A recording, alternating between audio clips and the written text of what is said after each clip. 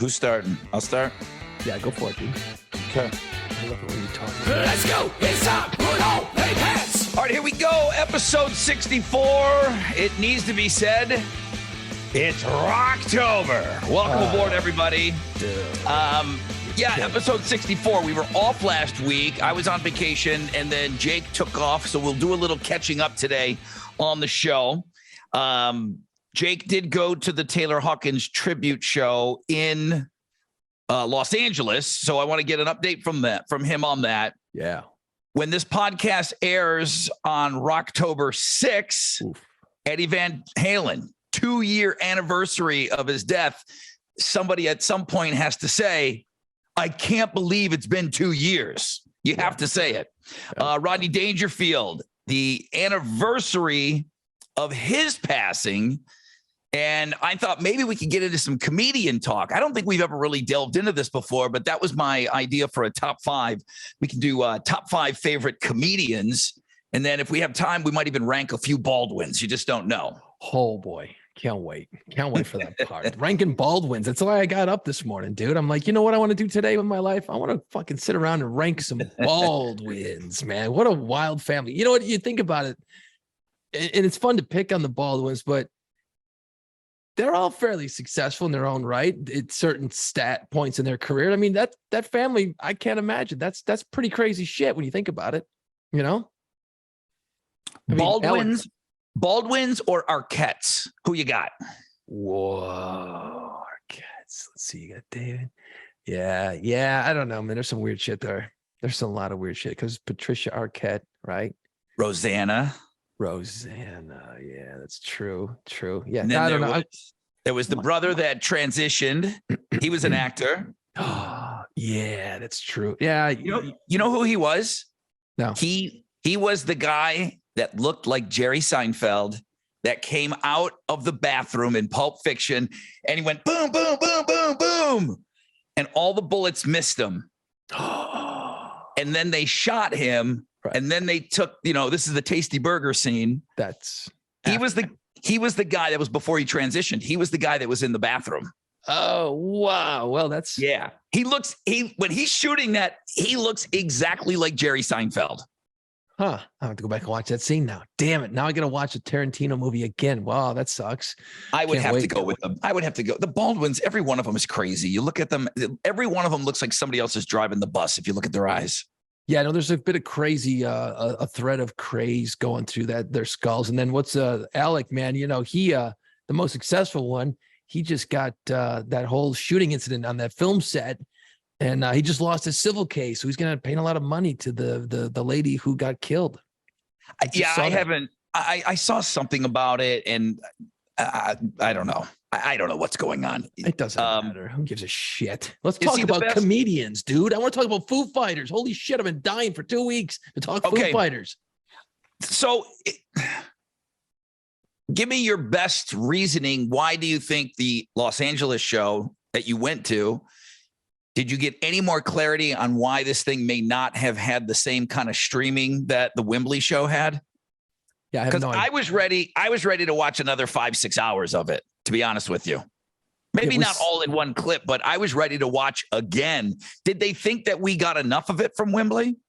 I don't know the reasoning behind it, other than the the Forum, which I've never been to, is not a very large venue at all. Like, it's an arena size, but it's actually a little smaller than that. It's old. And it's old as shit. And I had never been there. And it's like, it's a cool room. It's a very good room. It's old, but like, there's not a bad seat in the house, which, by the way, good thing, because the tickets I got, wow. You were far away? I was like, the stage is at one end. Remember our AC/DC tickets? We've talked about it on the previous podcast. Like the stage was down there. Yeah. Way at the other end. That's kind of where we were, but the room is much smaller and the stage is out farther. So like they had screens up, monitors up, so you could watch the TVs, the big screens. Yeah. But we were close enough where I was really watching the stage the whole time. So it wasn't like it wasn't bad. And plus nobody gave a shit. You were just fucking in the room. It was 6 hours, dude. I was in there for 6 hours. And well, are you in there for longer because you're in there an hour before the show starts and then you're shuffling out? I mean, or is it yeah. 6 hours, all of that? 6 hour show. 6 hour show, dude. They came out and look, I mean, I don't know how much anyone wants to give a shit about what went down, but just from like an overarching, like, view down on the whole Okay, thing. wait. Let me do this. Let me interview you. What's the best performance? What was the best, what your takeaway when you say, holy shit, wow? Is there one thing that stands out?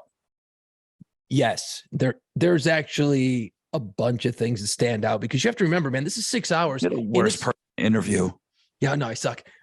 It's 6 hours of just rock stars combining the most unique pairings of drummers with bands. I mean, Chad Smith comes out and he's playing drums on Alanis Morissette's You Ought to Know.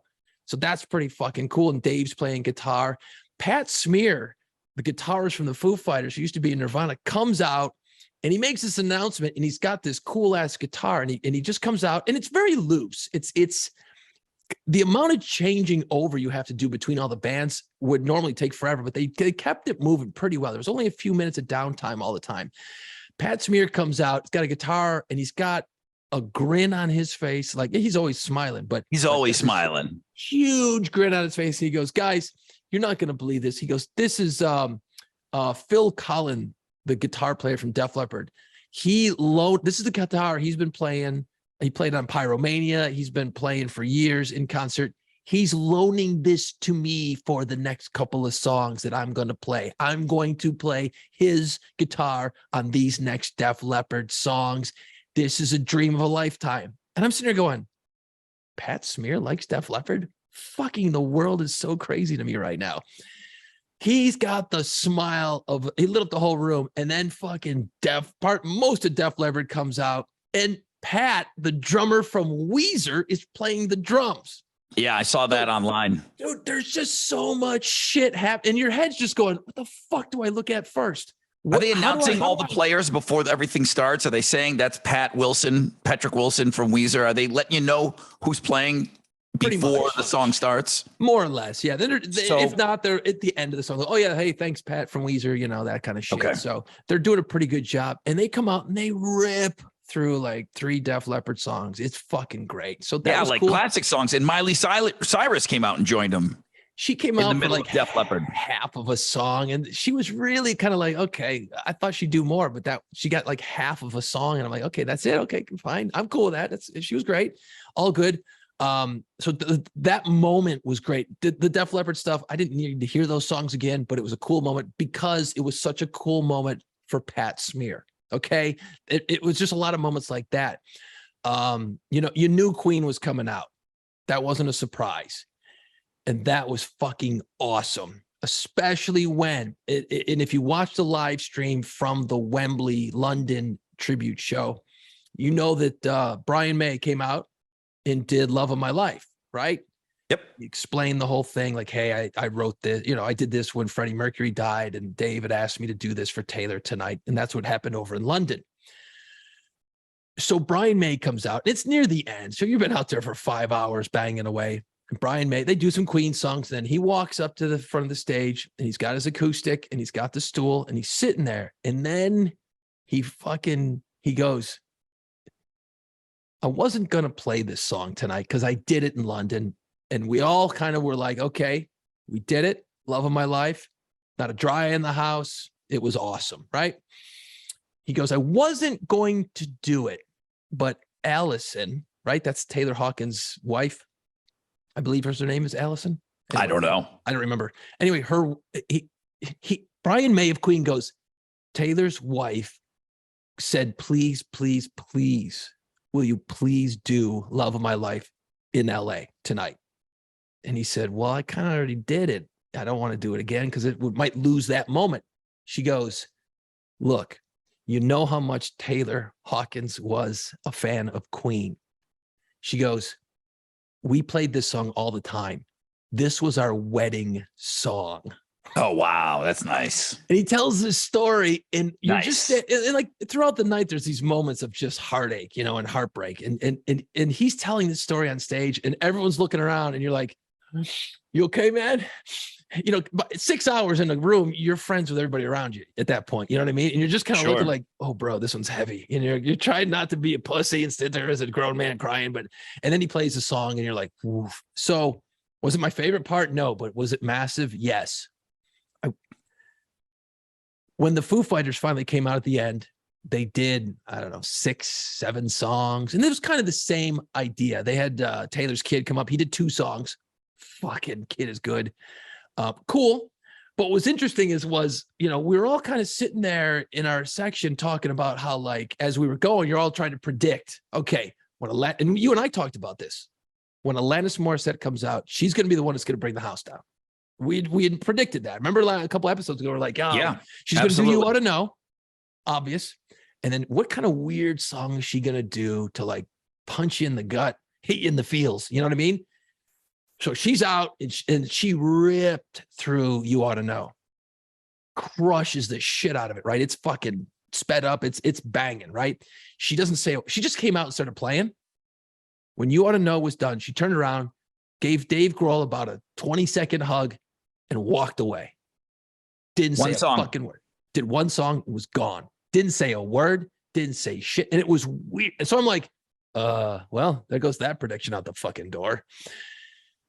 So she could have done more, but you know, what are you gonna do? It's a 6 hour and 8 minute show, and you know, and then the chick from Heart comes out and they do 2 Heart songs. Now it's a 6 hour, 16-minute show. Correct. So I mean, okay, one song, get in, get out, Miley in and out. So it's a long day. The thing that I took, and you started to realize it as the show went on, and Dave Grohl had mentioned it a few times on stage. He says, look, you know, he goes, you know, we did London the way we did it, and it was great. He goes, but tonight we're going to just fucking rock out. And he mentioned that a bunch of times. So there wasn't a lot of slow shit. And when the Foo Fighters first came out, and you remember the Wembley show, they came out and they had that sort of keyboard drone going sound, that just one note kind of lingering in the air. And then he did Times Like These. He's crying through it. You know, it was hard for him to get through. They started out with that fucking one note again. And I'm like, oh my God, this is going to fucking suck. And then they just fucking started banging. I think they did All My Life right out of the gate. Yeah. And they banged and they banged and they banged and they banged. I wasn't anticipating him putting himself in that same situation where he's going to break and bust up on stage during that song. I mean, It's like that was a moment. If he does the song and doesn't break, oh, you're already over, Taylor. If he does the song and breaks, oh, okay, well, you're just showing us your emotion again. I didn't anticipate him doing that again. Yeah, it was cool because then you started to figure it out, and nobody really said it, but like when we were walking out, I'm like, you know, I go, this is kind of cool what they've done. You know, the London thing, the Wembley Stadium one, that was the boo-hoo, he's dead. I don't know how else to put it. That was the funeral, right? That was that sad, like, okay, let's just ball it out. Let's throw it all out there. Let's just be emotional. And then this LA thing seemed more of like a celebration of life. Yeah. You know what I mean? They shifted gears. Think about this. 99% of the people that were inside the Staples Center watched the Wembley show. Oh, yeah, totally. So, and it was closed circuit, meaning just for the people that were in there. So, yeah, the one that we shared with everybody, boom, it was going to be raw because it's the first time. You know, I mean, it's like having 2 funerals. The second funeral is just going to be easier, you know, than the first one. Yeah. So they knew they had an audience there, and, you know, to mix it up a little bit.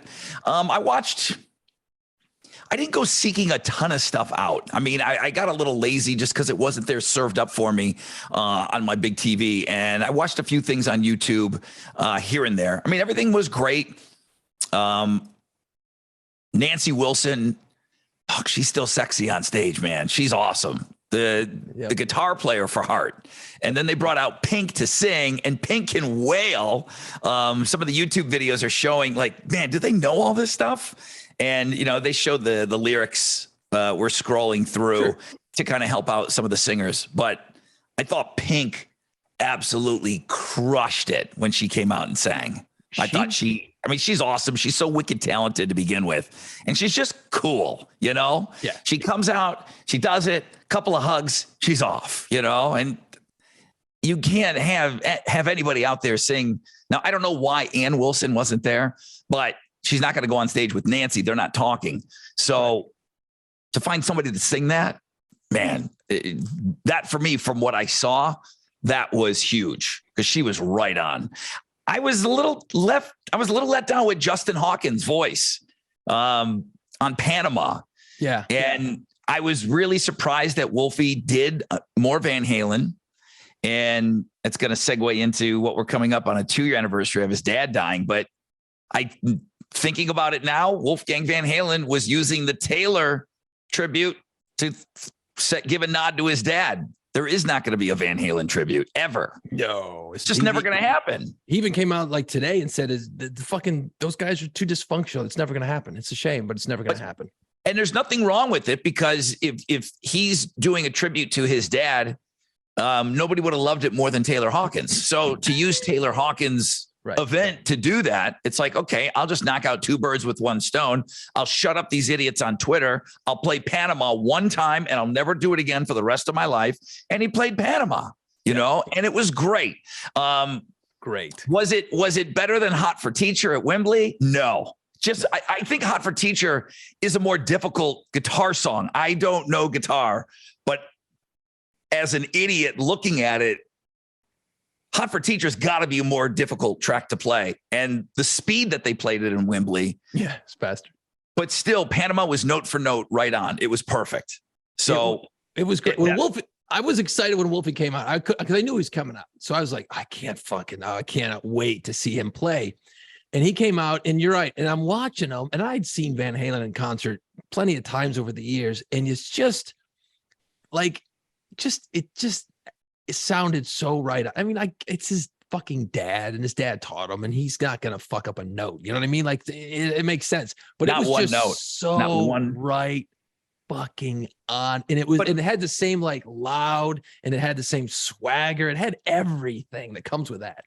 How did Justin Hawkins sound from the darkness singing it in the house? I mean, at that point, I mean, it's loud. You're so excited to see what you're seeing. Did he sound good? Not really. It's like, you know, Justin Hawkins, I always thought could sing, but he just kind of, he didn't feel like he was putting everything into it. You know, like Wolfie's out there putting everything on it. And it's like, dude, this is a tribute show and you're lucky. I mean, you're the fucking singer from the darkness that had one song that people kind of know. And you're out here fucking running show basically for a bunch of different songs. Get your shit together and fucking sing, bro. I mean, they were leaning on him heavily for some vocals too, you know? Yeah, and I like Justin Hawkins. He's a great follow, by the way, on Instagram. Yeah. He follows singers and he watches singers and he'll critique them. And you get to kind of watch the video and, you know, he's very articulate. He's very smart. Yeah. He's a really, really good follow. He's funny too. But it was great. I mean, it was awesome. The things that I saw. So, it's raw right now. You're excited about it. I can tell. Is it the best show you've ever seen? I mean, how do you compare with just rock star after rock star? I mean, John Paul Jones just comes out and played bass with them Cricket Vultures. And I'm looking at my kid and I'm like, bro, that's a Zeppelin. I go, that's a fucking Led Zeppelin right there. I go, that's a Zeppelin. And he's like, wow. I'm like, you know, I don't think the weight of everything in the room really settles in until weeks later. It's one of those things where like so much is going on. You're like, oh yeah, and by the way, that's John Paul fucking Jones, right? That's Brian May. That's Geddy Lee. I mean, like it's just a parade of all this legendary shit. Going back to Wolfgang, and then I want to talk about the Rush moment. What was really interesting was watching Wolfie do his thing. He's all over the stage. That kid's talented as shit, man. I can't wait to see what he does in the future, man. He's jamming. He looks back at the drummer. He does everything a good guitar player would do. He's singing with Justin Hawkins. His background vocals are fucking great. And at the end of the second song, I think the second song was Panama. I don't remember. I don't know. That's all I saw just the one clip. So I don't know what other song they even did. So I'm sitting there and I'm probably the only fucking dork that noticed it. But as he's finishing up and, you know, they're doing the big ending and Wolfie's all over the stage. And near the end of the song, the last 20, 30 seconds, he's shredding away. He walked over. So as you're looking at the stage, he's on the right-hand side. So I don't know what that stage right, stage left is. If you're in the audience looking at the stage, he was on the left, which is where he used to stand in the bass player Michael Anthony position when you saw Van Halen. He was standing over there. Eddie Van Halen would always be looking at the stage on the right-hand side. While Wolfie was playing, he was all over the stage, but he mostly stayed to that same side, his side in Van Halen, over on the bass player side. You know what I mean? Stay on the left side of the stage. As the song is ending, last 25 seconds or so, he walks over, and it looked like he specifically stood in a certain spot on the right side of the stage where Eddie Van Halen used to stand. And remember, this is the Forum. I'm quite sure dear old dad played the Forum a few times in Van Halen. And then Wolfie did the old move where he pointed the guitar up towards the sky, and he kind of looked up at the sky and finished the song. And I'm like, he's standing in his father's spot. That's great. Playing his father's song in the Forum. I'm like, that's a moment that probably I'm one of 15,000 people in here going, fuck, that's huge. That's huge, you know? And that's why there will be no. That was it. That was his tribute. That was his tribute to his dad. Yeah, there does. Don't fucking give him a pass. Don't give him a fucking pass. There should be something. I mean, for God's sakes, look what Taylor Hawkins did. If they could get all those people for Taylor Hawkins, this is going to sound shitty. There's not a guitar player in the world that wouldn't show up for an Eddie Van Halen tribute. Oh, yeah, I agree. But Eddie Van Halen and Taylor Hawkins, they're not on the same hemisphere. No, now, I not get even it. Close. No, I get it. You got the backing of Dave Grohl, and Dave Grohl is probably the biggest rock star in the world. So he's facilitating this whole thing. But I just don't give Van Halen a pass. But listen, it wasn't my dad. It wasn't my bandmate. It's not my guy, you know. But geez, how do you not do something? Yeah. Now you can't, because everything's going to be held up to the Taylor. Of course, Dave Grohl. I can see why people, if you don't like Dave Grohl, it's because you're sick of him. Right. And he's this guy that just continues to deservedly climb the ladder. Okay. Right. He's not tripping up the ladder, and he's not just putting in his time. And then all of a sudden he's one of these guys that's like worshipped because he's just been around so long. He's just continuing to do things and break barriers. There's never going to be a better tribute to anybody than what's just been done. So we may see less of these things in the future because of how great this was. You know, it's like we were sitting around and we're talking to the whole section. I'm talking, and what was fun for me is, like, you know, being in radio for 10,000 years, I've got knowledge. You know, I know what's up. So they'd have these 2, 3, 4, 5 minute breaks in between songs. So I'd start telling my son and my wife and my brother-in-law about, like, okay, well, here's why this was cool, or here's who this guy was, and here's what he did, and here's why here's why he's playing today. Like, I kind of had all the stories ready to go. Well, like that's Jason sitting at a game, like Jason's breaking down the secondary. Like, okay, let me just tell you, like, here's what you're not seeing. Here's the offensive line. Here's some things that the big uglies got going on here in the trenches that you probably don't know. Right. It's exactly what was going on. But it was cool because we were like turning around and listening, and it was kind of fun, you know. I'm like, oh, and people would ask questions, so I would tell them stories. What was really, I think, and there is no, you know, you asked me the original question, again, shitty interviewee. Worst ever. This is like, holy shit. I got answer the question, dick. Like, oh, okay. That's wow. So what you're telling me is the best moment was all 6 hours. Great. Yeah. Thanks. It was just like, the more I think about it, the more shit pops up. So, because there was so much material there. What was really cool was, you know, was this part cool? Yeah, it was great. Geddy Lee and Alex Lifeson come out. Now, of course, it's Rush, right? And everyone knows Neil Peart has been dead for a couple of years, their drummer. So they come out and Dave plays the first song. And I don't know much about Rush. You know, it's a little drummy for me, but I knew it was coming. I knew it was coming. By the way, it's Neil Peart. Okay, so I get it. A little too drummy for you.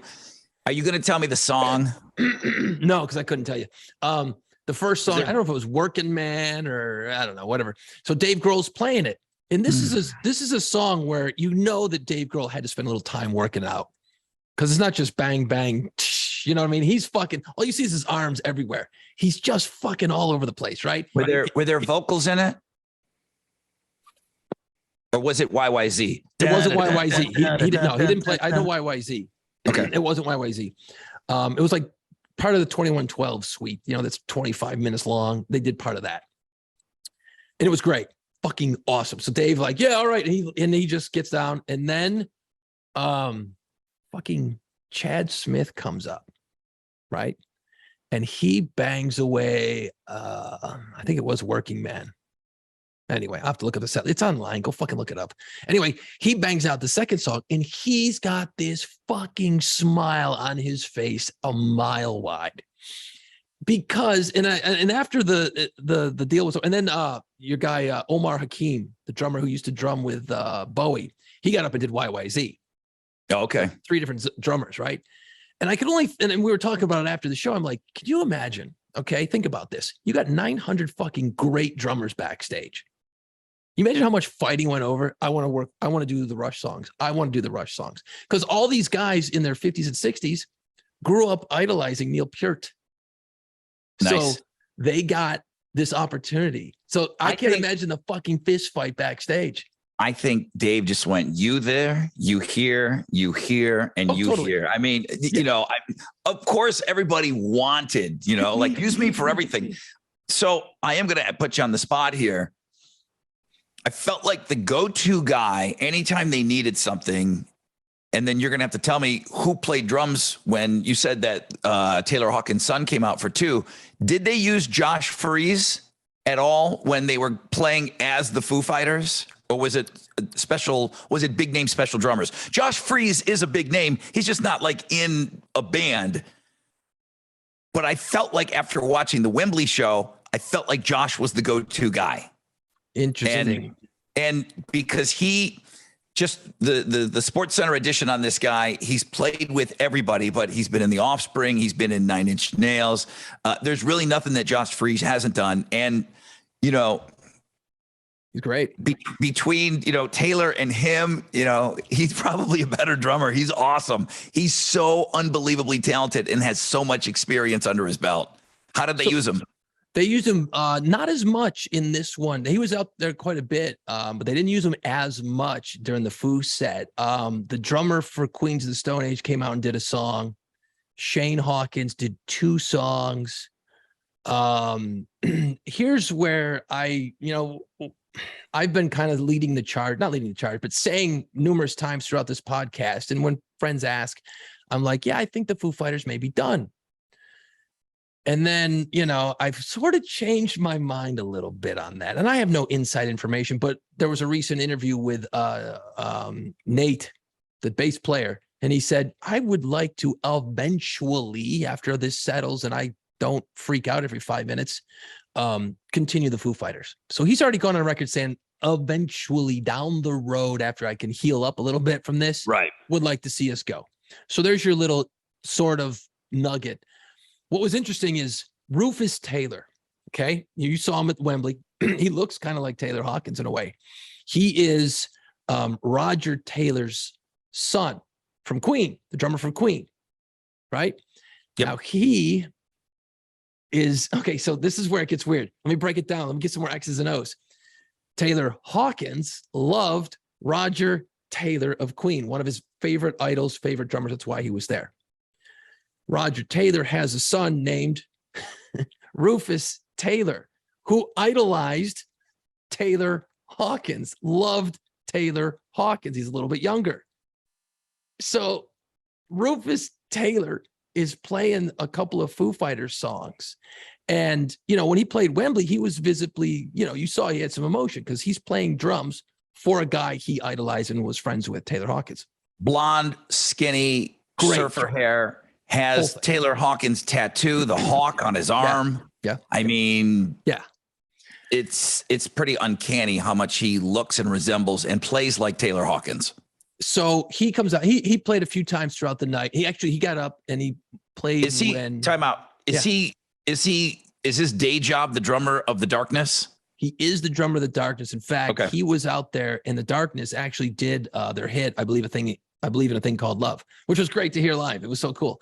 So he was in and out on the drum set throughout the night. I think he did 2 or 3 songs with the Foos, probably 2. And here's where I say they may continue, and he may be the guy. I have no inside information, but there was a moment, and again, not being a musician, I don't know shit all about any of it. They're playing the Foo Fighters songs, right? And they're banging them out just like the CDs. I mean, it's just like the album cuts. Foo Fighters very rarely stray. You know what I mean? They're out there to do a job, bang out their tunes. And I don't remember which song they were playing. I should have made better notes.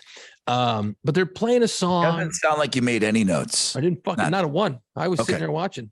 And they're playing one of their songs, and it's just fucking killing, of course. Everybody's losing their shit. But then, like Dave Grohl, and there was like a slow part, and then it sort of breaks down, right? The song sort of breaks down a little bit, and Dave Grohl just starts riffing, just starts fucking off, and he's playing some cool riffs. I'm like, Dave never does this. This is weird. I don't remember them ever like just kind of going off.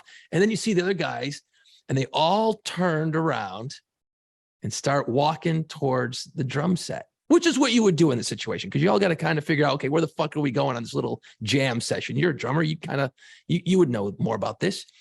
And then they fucking jammed. They just started fucking jamming for, I don't know, minute and a half. And then they brought it down slow, and then they fucking ramped it up, and they're just fucking, and they're looking at him, and they're all looking around. And again, they're auditioning him? Not auditioning him, but it felt like there might have been like a moment. It just felt like there was a moment happening. It's just the vibe I got. And then they kind of turned around and started walking back out to the normal positions. And then fucking Dave Grohl turned back around and went back to the drum kit. They all fucking come back. And it's like, are they having like a family? Like, is this where we want to go? Do we? And again, I'm projecting on this. See if this kid can follow directions at all. Like, just see how this feels. And it just felt like that. Whether it was pre-planned, I don't know. Who gives a shit? But it was like, it just felt like a moment like, hey, wait a minute. And then afterwards, as they were ready to finish the song, Rufus Taylor, the kid was playing the drums, just fucking put his head down and started bawling. Just started fucking bawling. Now, I don't know if it was the weight of playing the drums on those songs for Taylor Hawkins, or maybe there's some maybe there's some things going on behind the scenes we don't know about. I don't know.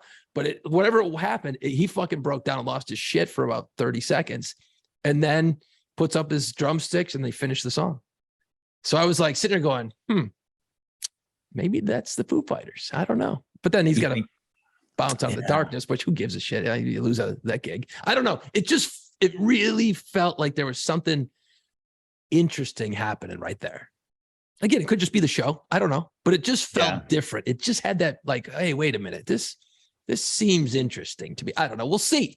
When I watched him play on the Wembley stuff, he's good, man. He's good. It's hard to tell. And when you just see somebody playing a couple of cover songs, if somebody's great. The guy is really, really good. Is he great? I don't know. But it's almost distracting that he looks so much like Taylor. And you're thinking, that shouldn't matter. And I'm like, I don't know if it does. I mean, is it too weird that you're going to put in somebody in the band that idolized the guy that passed away? I don't know. I mean, I don't know. I don't know. I mean, for me, when I saw how they were utilizing Josh Freese, I thought, okay, it seemed like he was every hole that needed to be filled when a big name guy can't play or for whatever reason isn't going to play on a song. Josh just plugged in everywhere he needed to be. And it's like, okay, that to me is like the super team player guy. It's like, oh, okay, wow, that would impress me that this guy was there for every moment that I needed somebody to, like, oh, I just couldn't get somebody for one particular song. Shit, there's nothing Josh Freese can't play. So that's what led me in that direction. This is all speculation. I mean, I think before these shows happened, I said that, Led Zeppelin was getting back together. So we've been wrong. Speculations. I've been a couple times. Twice in my career. Twice.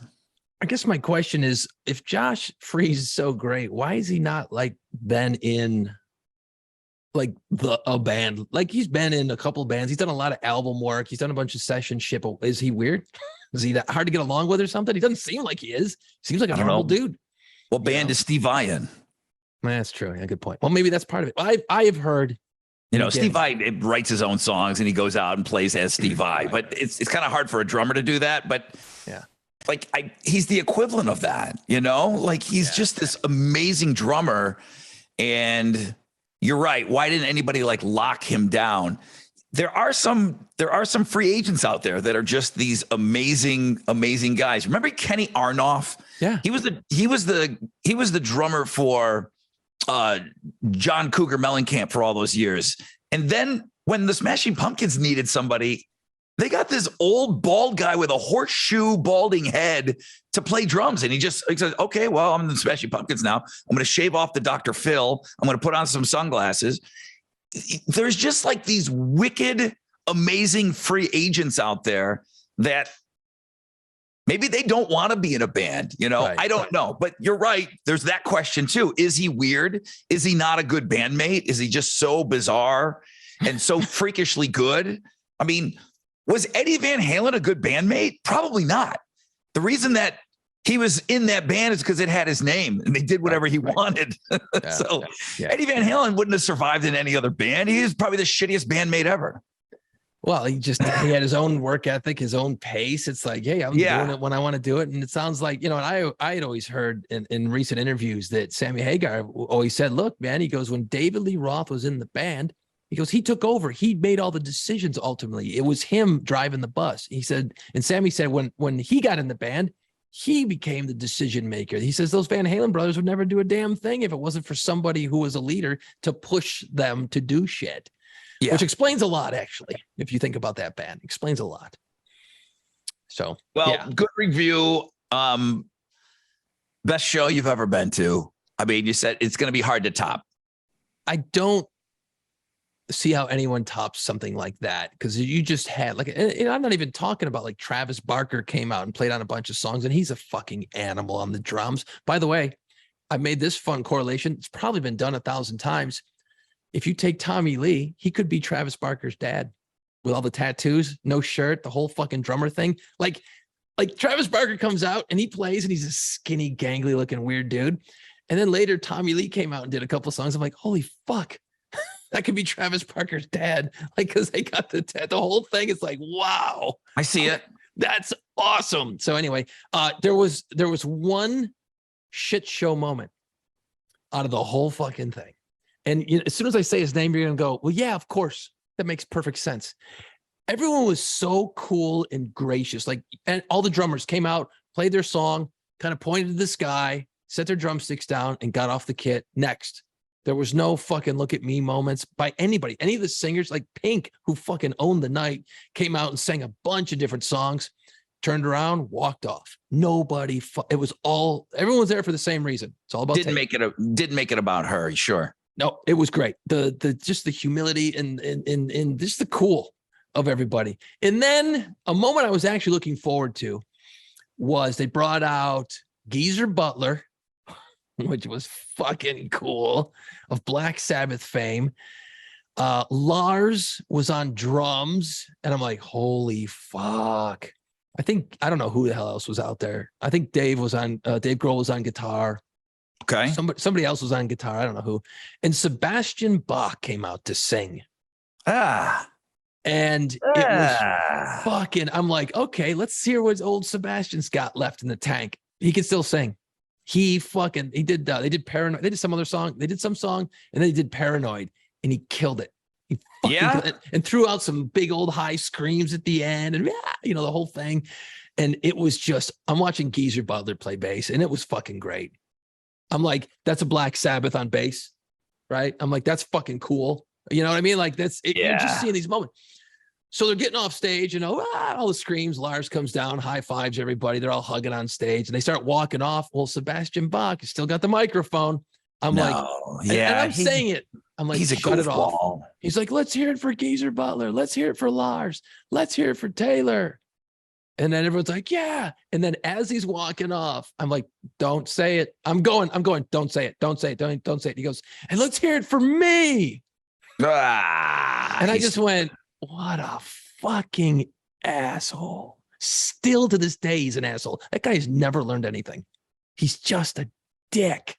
He's a weird guy. He's a weird guy. I've heard a bunch of interviews with him. I've never interviewed him, but I've heard a bunch of interviews with him. And I mean, he's articulate. He's playful, but he's just a weird guy. He doesn't know when to kind of shut up sometimes. Let me wrap this up. Yeah. What's going on? Why do we have these two unbelievably huge rock shows?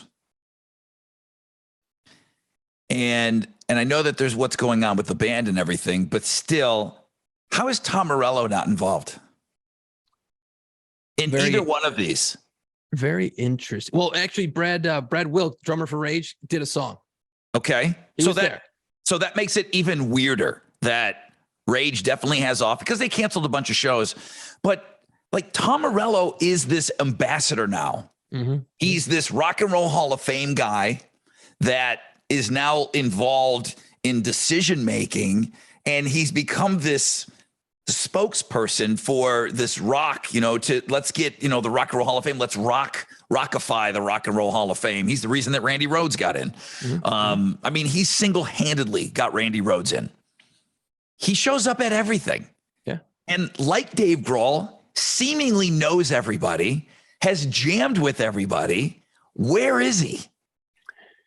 Well, I'll even add more fuel to your point. But because they did jam, and I want to say on the stage at the same time at the Chris Cornell tribute, Dave Grohl and Tom Morello and Robert Trujillo, they're all on stage. I mean, these are all my favorite guys. They jammed. Did something happen that night? You never hear of anybody beefing with Dave except for Courtney Love.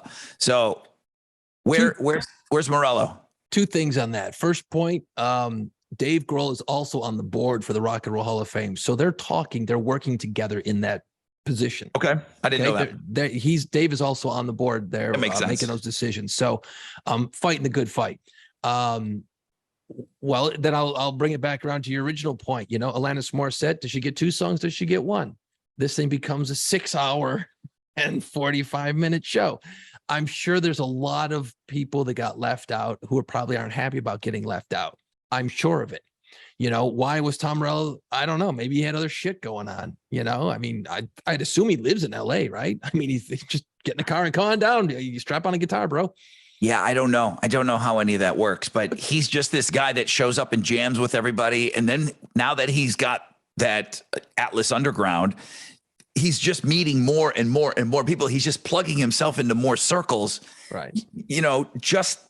Here's Dave who knows everybody. And then Tom's right here who knows almost everybody. And it seems like a weird absence for me. But again, something going on in his personal life. Who knows? It was also a show, not for you, not for me. It was Taylor Hawkins. It was his influences. It was his guys. Yeah. So maybe he didn't know shit about Tom Morello. I don't know. I don't know. Maybe Taylor Hawkins didn't give a shit about Rage Against the Machine. Yeah, he knew Brad Wilk because they're all drummers and shit, that whole drummer world, Right.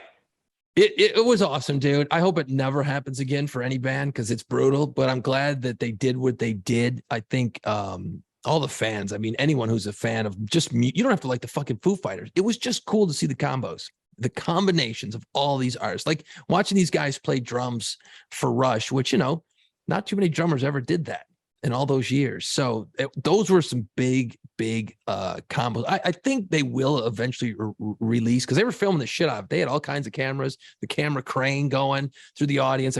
This was built to be filmed and it was filmed. So when it comes out, I don't know if or when it will happen. Maybe this one they want to sell, that make the money. One at Wembley they gave us for free. Maybe they put up a paywall, they package it up and, take it to Paramount or I would spend $10 on it to watch it on a Friday night, Yeah, because it's good. And you'll be like, oh shit. And plus what I was hoping it was that it will be available because there's things you can't see, those facial expressions, those interactions, where they can zoom in and shit. It was great being in the room. What was really interesting was I didn't see a lot of people getting fucked up. You're at a rock and roll show, dude. And people were drinking beers and stuff, but I looked around and you're there 6 hours, that you could really do some damage to yourself if you're drinking beers. Everyone was pretty like, okay, yeah, I'm here for a reason, man. Like beers were flowing, but it wasn't like people getting jacked up. What the fuck did you eat, Bugs Bunny, for 6 hours? Not a fucking thing. I drank 2 waters. It was great. I didn't eat. I was starving by the end. I gotta be honest. Did you not eat inside the forum? No. My kid's like eating pizzas and shit. He's like, I'm fucking starving. 6 hours. My God, I should have packed a change of clothes. Okay, one more thing. There's moments where, and it's been a while since I've been to a big show like this, where they're doing some slow shit, and somebody says, "Hey, put up the lights." So with cell phones, fuck, dude, it gets bright in there when all the cell phone lights come on. Yeah. It's amazing how bright a stadium gets. It's bright as shit. I'm looking around, I'm like, this is so fucking cool. I look down and there's some dude with a fucking old school lighter. Yeah, man. I look and I go, look at this fucking guy burning his thumb for the cause. This is awesome. What was only better than that, because back in the day was the lighter, was you would always see a couple people, and I'm only assuming it was the girls' hairspray, but it was like the aerosol final net. You got the Bic, and then you got the final net hairspray, and you got a fucking torch going. Yeah, fucking that used to be badass. But like, I went up to that dude, and I'm like, bro, that's awesome. He's like, what? I'm like, the lighter. He goes, yeah, my fucking thumbs up. I'm burnt to shit. I go, well, you dumbass, use your phone next time. He's like, I don't know. I felt like I had to go old school. I'm like, Jesus. So yeah, it was a great night. I hope it becomes available so everybody can get a look at it. There's a bunch of shit on YouTube, but it's not the greatest quality, but let's hope they move on. I hope they do continue. So we'll see. All right, let's take a short break. We mentioned Eddie Van Halen. When this finally debuts, it'll be the 2-year anniversary on this Wednesday that we're recording, October 5, 18 years ago in 2004, Rodney Dangerfield. He died. He was 82. Is he like one of the greatest comics of all time?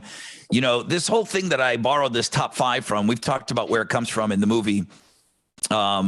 But it also is like one of those Mount Rushmore questions, like who's the greatest of all time? And I always wanted to avoid that with you and I, just because the greatest of all time might not be your favorite of all time. So we're going to stick with the format, your top 5 favorite comedians. I started just writing down names, and it was too easy to write down so many names. That's how I know that it's going to be difficult, when I don't need to go look at the internet or anything. I just started writing down names like a madman, and then trying to whittle it down to 5. This was not easy to do, man. I thought this was a little bit of a throwaway, but I liked it. No, I had like 8 or 9, and I went, oh, I can't do that because it says top 5, so I can't have 8. So yeah, no, this is going to be cool, man. And I know you're going to say something and go, oh shit. Yeah, you're right. I forgot about that, dude. This is a good one. I like this one. Top 5 stand-up comedians. And I love the last, 10 years or so, I've really become a fan of stand-up comedy. Not that I could ever fucking do it because I'm not funny, but the art form of it and how they plan it out. You don't have to say shit. I already know. No, you're not. No, I know. Right. No, it's the art form of it. And I love watching that. I love watching how they put it together, how they pull it all off. So it's cool. I love watching it. Shit, I'm gonna have to add another guy to my list. Go ahead. Let's talk about the Pirates of the Quarter while I fuck up my list some more. Hey, I was just in New Orleans, and I've been on the Pirates of the Quarter tour before, but one of my favorite Pirates was out of town, so so I had to go it alone in the Quarter. But when you go to New Orleans, make sure you book the Pirates of the Quarter walking tour. It's fun. It's loaded with a bunch of information. There's no other tour like it in the French Quarter. Grab a drink, walk the streets of the Quarter. You're hearing these incredible stories of real pirates and their involvement in the history of New Orleans.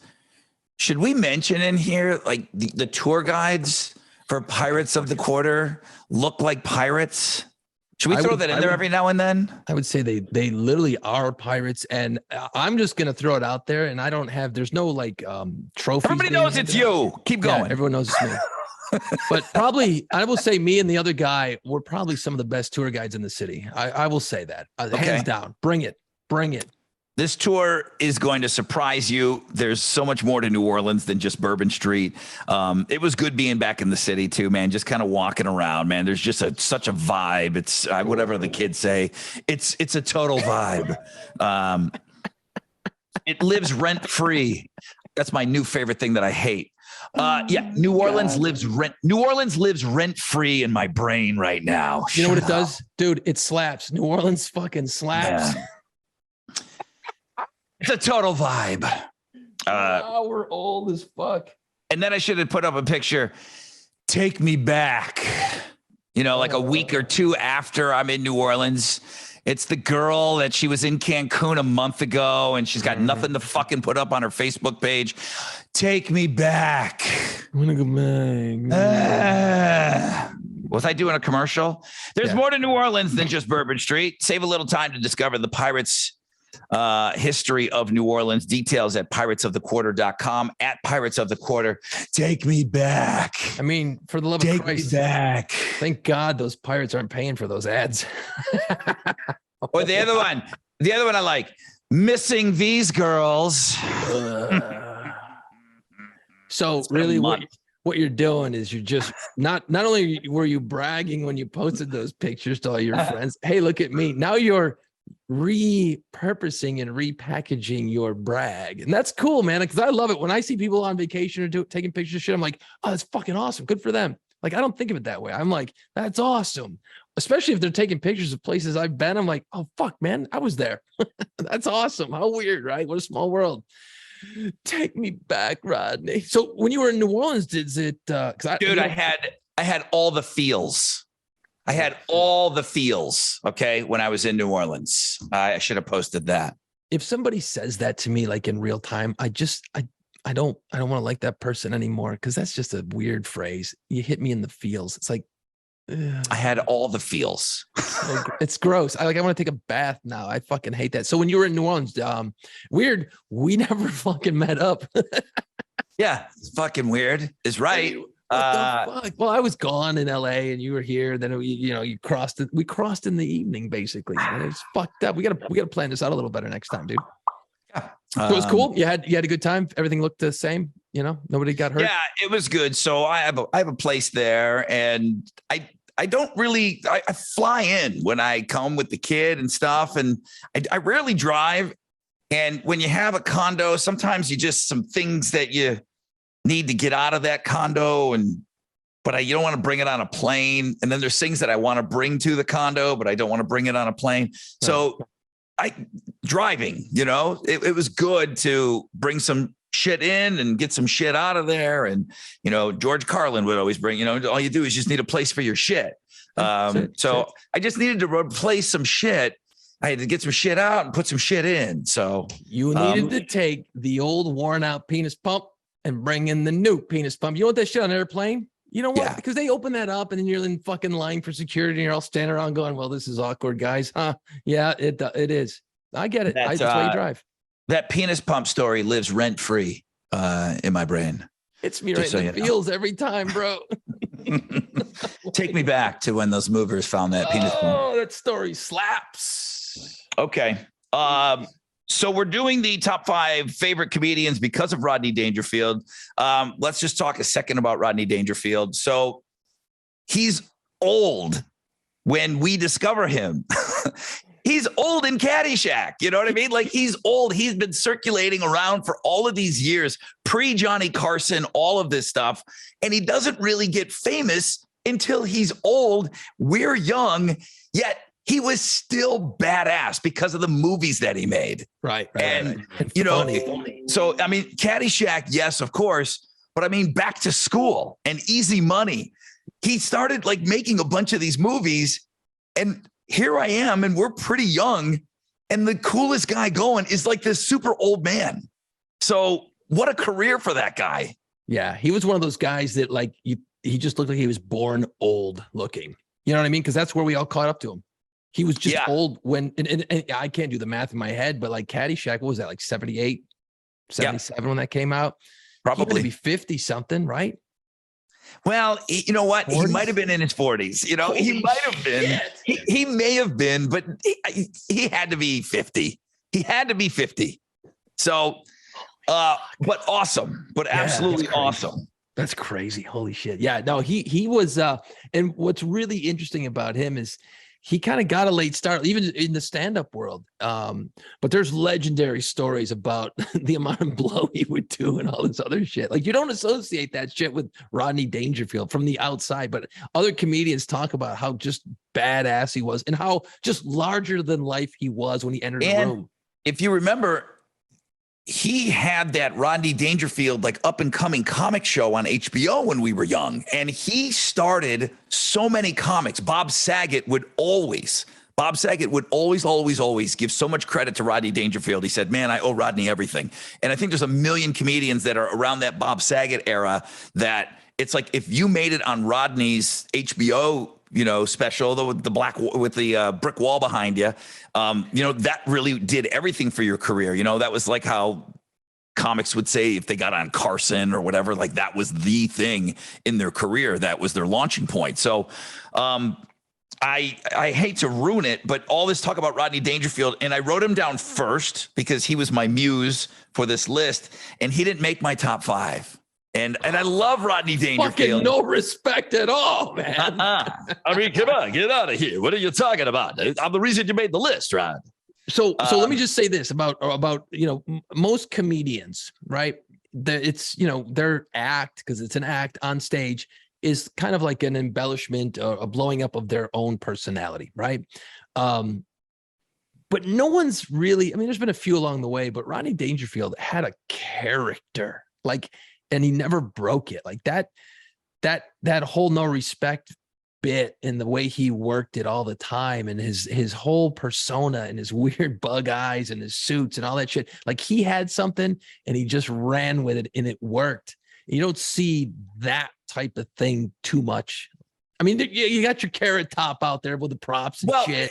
But this is the first thing that came into my head was Larry the Cable Guy. That's true. Yeah. Not everybody realizes. I mean, because it's like Rodney Dangerfield. Right. I'm sure he sounded similar when he just sat around and shot the shit with his buddies when he was doing blow. But I don't think everybody knows that Larry the Cable Guy is a character. And I don't even know his name. All I know is it's Larry the Cable Guy. But he was a stand-up comedian, and then he would go into this bit and did the get her done thing. And then he morphed into what was hitting with the crowd, and then he just went with it full time. Wow. And he just went with that whole bit. So yeah, that's a character. Jeez. And it's kind of almost like Colbert was a character, right? Like when he was on the Daily Show, that was people. Not everybody was in on that. They just thought that was him. And right. It was an over Rodney Dangerfield had to kind of keep it up. It's like a wrestler. When a wrestler was the heel. I mean, when Ric Flair went out. Well, Ric Flair really kind of bought into his own shit. So I think Ric Flair just does all walk around, woo, Right. But yeah, so did Rodney make your top 5? I got 6. No, he didn't. You know what? I think because of the fact that, his movies, but he was a little bit older generation. So, he wasn't in it. So the first comedian that I liked, and I think it was just, you watch TV with your parents, and I don't remember watching a whole lot of Johnny Carson when I was a kid, even on the weekends. But did you ever watch Rich Little, the impressionist? Oh shit. Yeah. He was he was the only one doing it at the time that you knew of. And he was the best at it. And you'd sit there and you'd look at him and he'd be talking all these voices. You'd be just, your fucking head would explode. And somehow he had a way of becoming famous, because think about a stand-up comedian. There's no YouTube. There's no TikTok. Where are you going to find these people? You have to see them on TV. So those guys had to hustle, and he probably had to do fucking Hollywood Squares, and he probably had to do the Carol Burnett show, and he probably had to go and hang out with Phyllis Diller and whatever, but Rich Little was my family's comedian when I was a little kid. Cause I remember my dad loved him, and he did all the voices, and I felt like he could do any voice possible. He was Jim Carrey before there was Jim Carrey, Right. But I just remember him, and of course he's not on my top 5 because it's a dated old thing. But I just remember like my whole family loving him. If he was maybe at the telethon, maybe at the end of the summer telethon. Yeah. He was probably on that. It's just weird. Think about how you had to hustle back then. Well, to become nationally known, how you had to hustle. Well, it had to be, you had to get on Carson. The thing was to get Carson to book you. Once you did that, man, then one time and you were booking Vegas shows, you had the circuit then on the West Coast, but it was all about getting on Carson. That's why it was such a big deal. But Carson loved it because he would sit back, not have to do shit, and then laugh for 5 to 8 minutes. And he loved it that way. Yeah. Getting on Carson was the big thing, even for musical acts, you know, and nowadays it's still a big deal to get on the late night shows, but not as much so. You can build a following through the internet in a lot of different ways. Like I'm sure, I don't know if this guy will make your top 5, but Dane Cook literally created his career through using fucking MySpace back in the day. Yeah. He did it. He just was so good at cultivating and getting back to people who saw his shows, and he just was able to blow it up and explode through the interwebs before it really was a social media platform. So, Rod, you want to go first? Yeah, I'll go first. Okay, top 5 comedians. And when I say comedians, I didn't clarify this with you, but I'm thinking like a guy standing on a girl. Okay, maybe you love Rita Rudner. I don't know. Elaine Boozler. Maybe that's your favorite. I don't know. I mentioned Phyllis Diller already. I'm thinking of that person standing on the stage with a bottle of water and a microphone, right? Yep. Comedians. Yep. Okay. Because this guy had such an unbelievable and still has this unbelievable acting career. But Jim Carrey in at number 5, just because of what he became and how he could do all of that stuff, I never saw anybody. Just like I liked Rich Little when I was a kid, I've always been fascinated with people that can do voices. And to me, it's just as fascinating as hearing somebody sing their ass off. When somebody can pull off a voice, I am still to this day so fucking entertained by that. I think it's so funny hearing another voice coming out of a different talking head and knowing that they're doing it. Impressionists have always been one of my favorites. And Jim Carrey, when he did it with his stand-up, he did it like nobody ever did. The physicality of it, the changing his face, most comedians, they'll move their face around a little bit and they'll try to pull off a Robert De Niro. They'll, put their eyebrows down. But I mean, he just became Clint Eastwood and he became these different characters, Jack Nicholson, because his face was fucking made of rubber. And then if he just did his voices, they were great. But then on top of the physicality of what he did, just one of the greats of all time. And I put him in at number 5, because he didn't do it for long enough. He became a movie star. Yeah. No, him doing stand-up would be cool to see. And he didn't ever seem like he wanted to get back to that, which you see a lot of stand-up comedians, they become actors, but they're like, no, my first love is the stage. And Jim Carrey really kind of said, I'm done with that part of my life, and just went to Hollywood and did movies. Yeah, you see a lot of guys who will go back to it because they miss that immediate gratification. Yeah. You make a movie, it might be 2 years before it shows up to anyone sees it. Well, that's just weird to me, So going on stage and bombing, because you're gonna, even the greats will bomb, and you're working your material in the smaller clubs. A lot of guys still love that feeling. Making movies is great and all, but they love that stage, that interaction with the crowd work. And Dane Cook and Jim Carrey seems like he could give a shit about those old days. Doesn't care. Because he's Jim Carrey now, this amazing mega actor. But I'll get into it with some other names. I just slipped up. Dane Cook in at number 4. Nice. He just came on at a time in our lives. Jason and I are watching this guy, and we are discovering Dane Cook for the very first time. And it might be his big first television appearance on some kind of, upcoming comic show or whatever. And I feel like we're going out. This is on in the background. And you're like, come on, dude, let's go. I'm like, no, you got to watch this guy. Something's going on here. We're drinking a beer or whatever. And we cannot leave. We absolutely cannot leave. Holy shit, what is happening? The pacing of what he was doing and how fast it was. And his energy was so maniacal. It was, do you remember watching him for the very first time? Yeah, totally. It was on Leno. We watched him on Leno. I don't know if that was the very first time, but I remember watching him and going. We saw him after that. But yeah, that was a set that he did. There was a bunch of different comedians. When he ripped off his pants, he's like, and he just does the breakaway pants for no reason at the very end. Yeah. That was this upcoming comedian show that we had on in the background on like Comedy Central or something like that. And he went up and did probably 7 minutes. And it was like the fucking best 7 minutes ever. I don't think that I was into stand-up comedy at that point in my life. And he got me back into it. And then we started hounding him. We wanted to get him on the air. We're trying to get him on our show. And we're talking to his people. And they're like, no, this guy's going to blow up. He's going to be really big.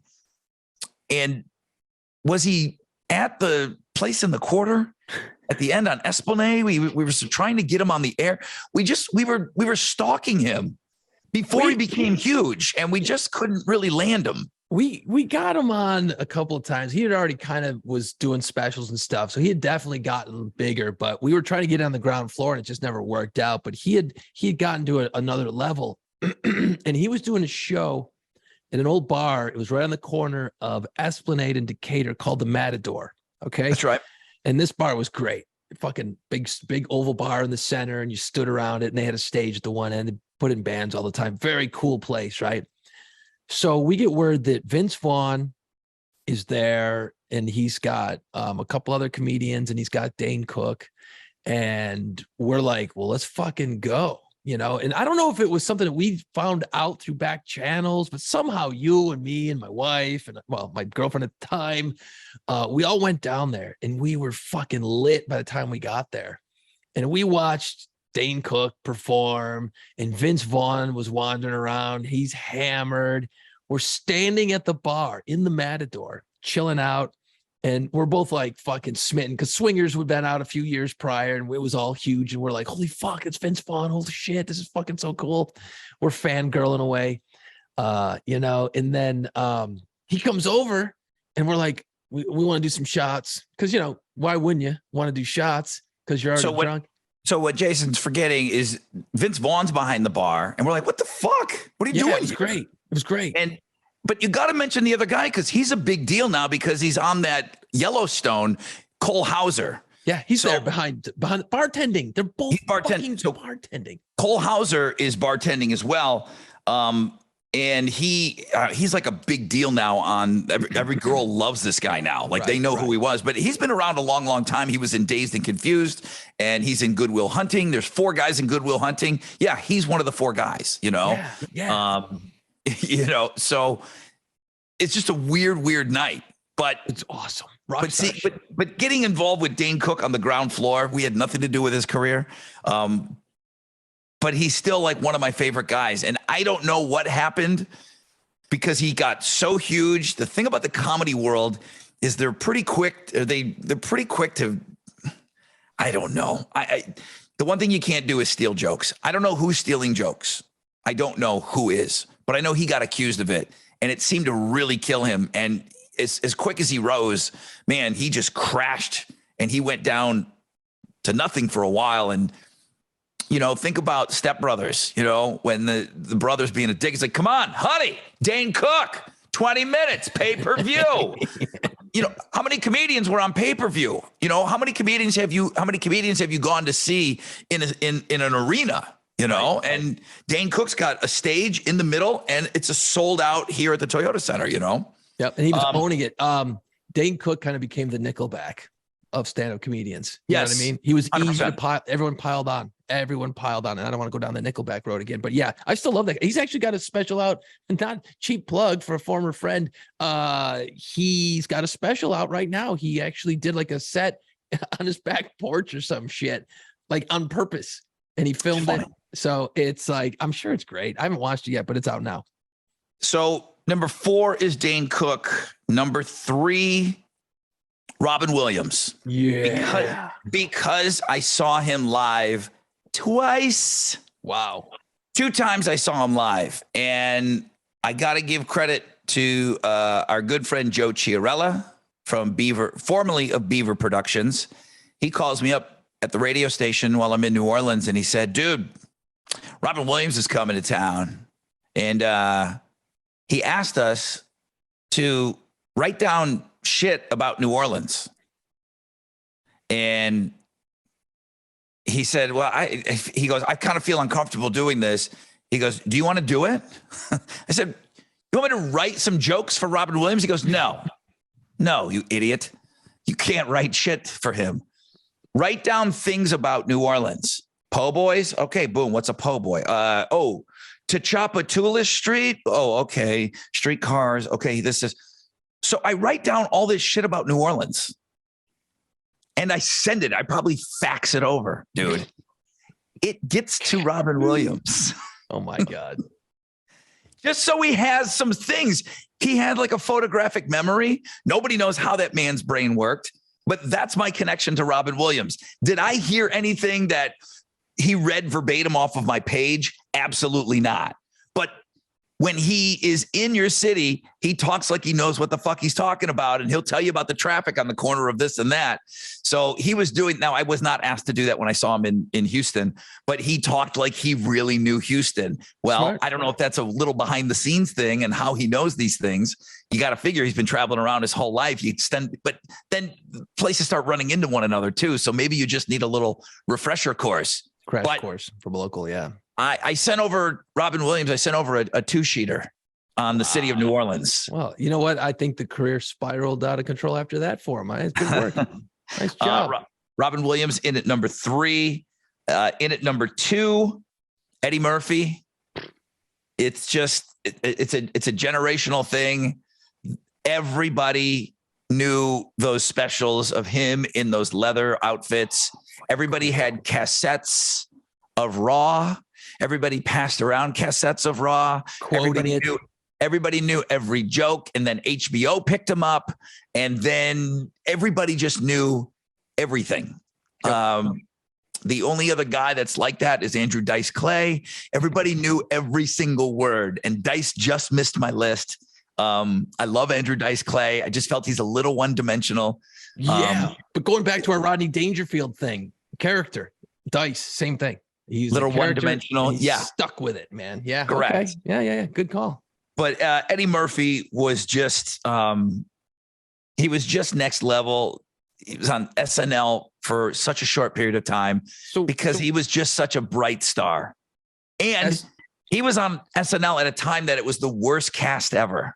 Yeah, but he stood out, he's the only reason that made it watchable. I mean, right. If you go back and look, I can't rifle off all the names. He was the only one worth watching. He's the only reason that show limped by for the 2-3 years he was on it. Maybe 2.5. Saturday Night Live, then his specials, Raw and everything else, right? That was the order.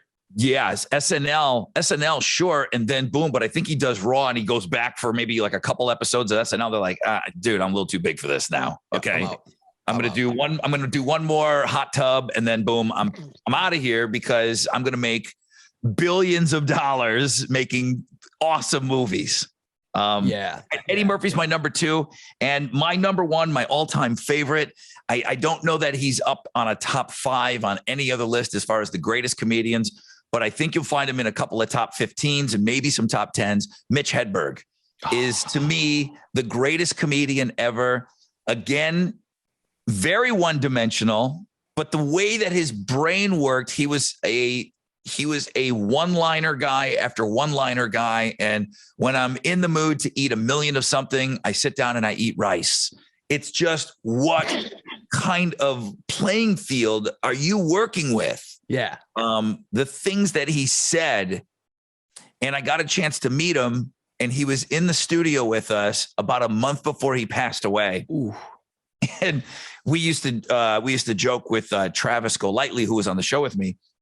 We're like, dude, you probably killed him, because I think you gave him some of your anxiety medicine, if I'm correct, Travis. And he's like, shut up. Don't tell people that. Did you or did you not give Mitch Hedberg pills? Well, yeah, I gave him one of my things, but he died a month later. I go, what if that was the spark? That would have been the one. Because, you take your normal level. It just takes one to mess the whole thing up. Right. Wow. Go back and watch Mitch Hedberg stuff. He was the GOAT. He was the absolute greatest. He looked cool. He looked like a throwback to the 70s. Yep. His whole persona, every show he was on, he fucking crushed. including Letterman and all of that stuff back in the day. Killed him. They all loved him. Every comedian loved him because apparently he was a really, really nice guy. Just had a fucking terrible drug usage problem. But man, the way that all of these guys that we're talking about, man, their brains just work differently. It's a wonder, you know. It's like, shit, what's it like to be funny and funny all the time? And it just seems to spill out of them. And it's just, I look at it in wonder. It's a craft though, because you know what, if a lot of times, and you've interviewed probably numerous comedians on the air over the years, and I have almost as many comedians as musicians. And a lot of times it's a generalization, of course, and that's not a good thing, but a lot of times they're just not super funny. A lot of them off the cuff. They're very good at putting together their act. They're very good at honing their act. Here's what I'll add to that. A lot of these guys come from a place of darkness. Well, there's that too. Okay. Yeah. But a lot of it, there's some dark shit that goes on in their past. And then I don't know if they're pushing all of that down and they go up on stage. I mean, you know, there's a guy, I was on Opie and Anthony for a long time and I read a couple of his books, Jim Norton. Yeah. And man, that guy had the most fucked up upbringing. He just some weird stuff, man, that kind of formulated into turning it into, you know, getting him into comedy, you know, just to try to like bubble up and get above where he was. And that seems to be the number one story with most comedians is there was some dark shit back in the day and it was a coping mechanism. Yep. You know, to get out of the situation that they were in. Not everybody, but a lot. Wow. That's a list, man. That's tough because putting these things into order is really, really hard. Because at the end of the day, how do you compete with Robin Williams? You know, I mean, that's just, you know, how do you compete with that? He was so, and what was cool about Robin Williams is you never knew if he just was making that shit up as he was going. His shows always felt that way. Now, sure, he had his go-to jokes, I'm sure, but and I saw him a couple times live. And you see him on TV on his specials, and you're just like, did he just walk out of the car on stage and is just riffing? Like he had a different feel. But I would understand somebody if you said, I don't like Robin Williams because he's exhausting. You're right. He's exhausting. You know, it's Jim Carrey on steroids. It's so just much energy. His mind was just one of the, I mean, he was John Nash. He had a beautiful mind. Yeah. Is you bringing him up now on your list? Yeah. My order might be really fucked, but yeah, whatever. It's my list. Well, unfuck your list now. It's your turn. Number 5. You just brought him up, man. And I used to love listening to Jim Norton on the Opie and Anthony show. He was the funniest fucker on there. His wit, and he's a guy he's a great stand-up. He's got a bunch of specials out. Go watch them. They're fucking dirty, but they're funny as hell. But he's so quick. He's so fast with a quip. He's a guy that you could actually put on a radio and he's gonna have shit. And it's gonna be funny. It's gonna be fucked up. He is so quick. And his stand-ups are great, you know, but on air, he was always so fast with a comeback or a line. And it would go by and it would take like 5 minutes. You'd be like, oh, wait, what did he just fucking say 5 minutes ago? And it would hit you. Yeah, the shit that he said on the air, and that's how he got the gig because, you know, they had him on as a comedian. And then all of a sudden, hey, this guy was pretty good. Let's have him back on. And then all of a sudden they got real familiar with him and they both became huge fans of his because he was so quick and so reactionary that it just complemented what they were already doing. And that, you know, at that point, the two guys on the air aren't really liking each other. So they like bringing, like the Beatles, you know, the Beatles would bring in people to play with them because they were on their best behavior then. When somebody was in the studio, they weren't going to be yelling at each other. Right. So you got Jim Norton as number 5? Yeah, I do. Because I like the guy. And I actually got to interview him a couple of times and I met him once. They were down here in New Orleans doing a show on Bourbon Street, which was a fucking disaster. But yeah, he's very down to earth, very cool. And, you know, he's not trying to be funny. Like he's not standing around trying to crack jokes and be the funny guy. He's just like, yeah, okay, cool, let's do it. But then once the microphone's in front of him, it's on. Jim Norton at number 5. Number 4. Mm-hmm. I got we mentioned him earlier, the Nickelback of comedy, Dane Cook. And like you said it perfectly. We saw him just in a random night watching the TV was on, and we're like, who the fuck is this guy? Because he had, I don't know if anyone can figure this out, but you and I, we got some energy. You know what I mean? Like, we're fucking, let's go a lot. And we were worse when we were younger. But you get us in the same room, it's like, let's fucking go do some shit. We're fired up. But when we were standing there going, oh, this guy makes us look like fucking slugs on a couch. This guy's got energy, man. And we probably were standing there watching him drinking our beer because we were, we were on the way out. We're looking at a guy that, like, number one, okay, super high energy guy. Number two, right around our age. Yep. Number three, man, this is the guy that we want to hang out with. Yeah, badass. So Dane Cook, the joke stealing thing, I don't know. I never got into the bottom of that.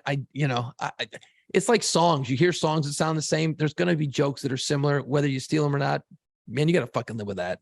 You got to live with that shit. Nobody got taken down like Carlos Mencia, by Rogan. Joe Rogan, like ambushed him at a show. And I don't know. And again, it's not right if you're stealing a joke and you're not. I know that's the absolute worst thing you can do in the comedic world.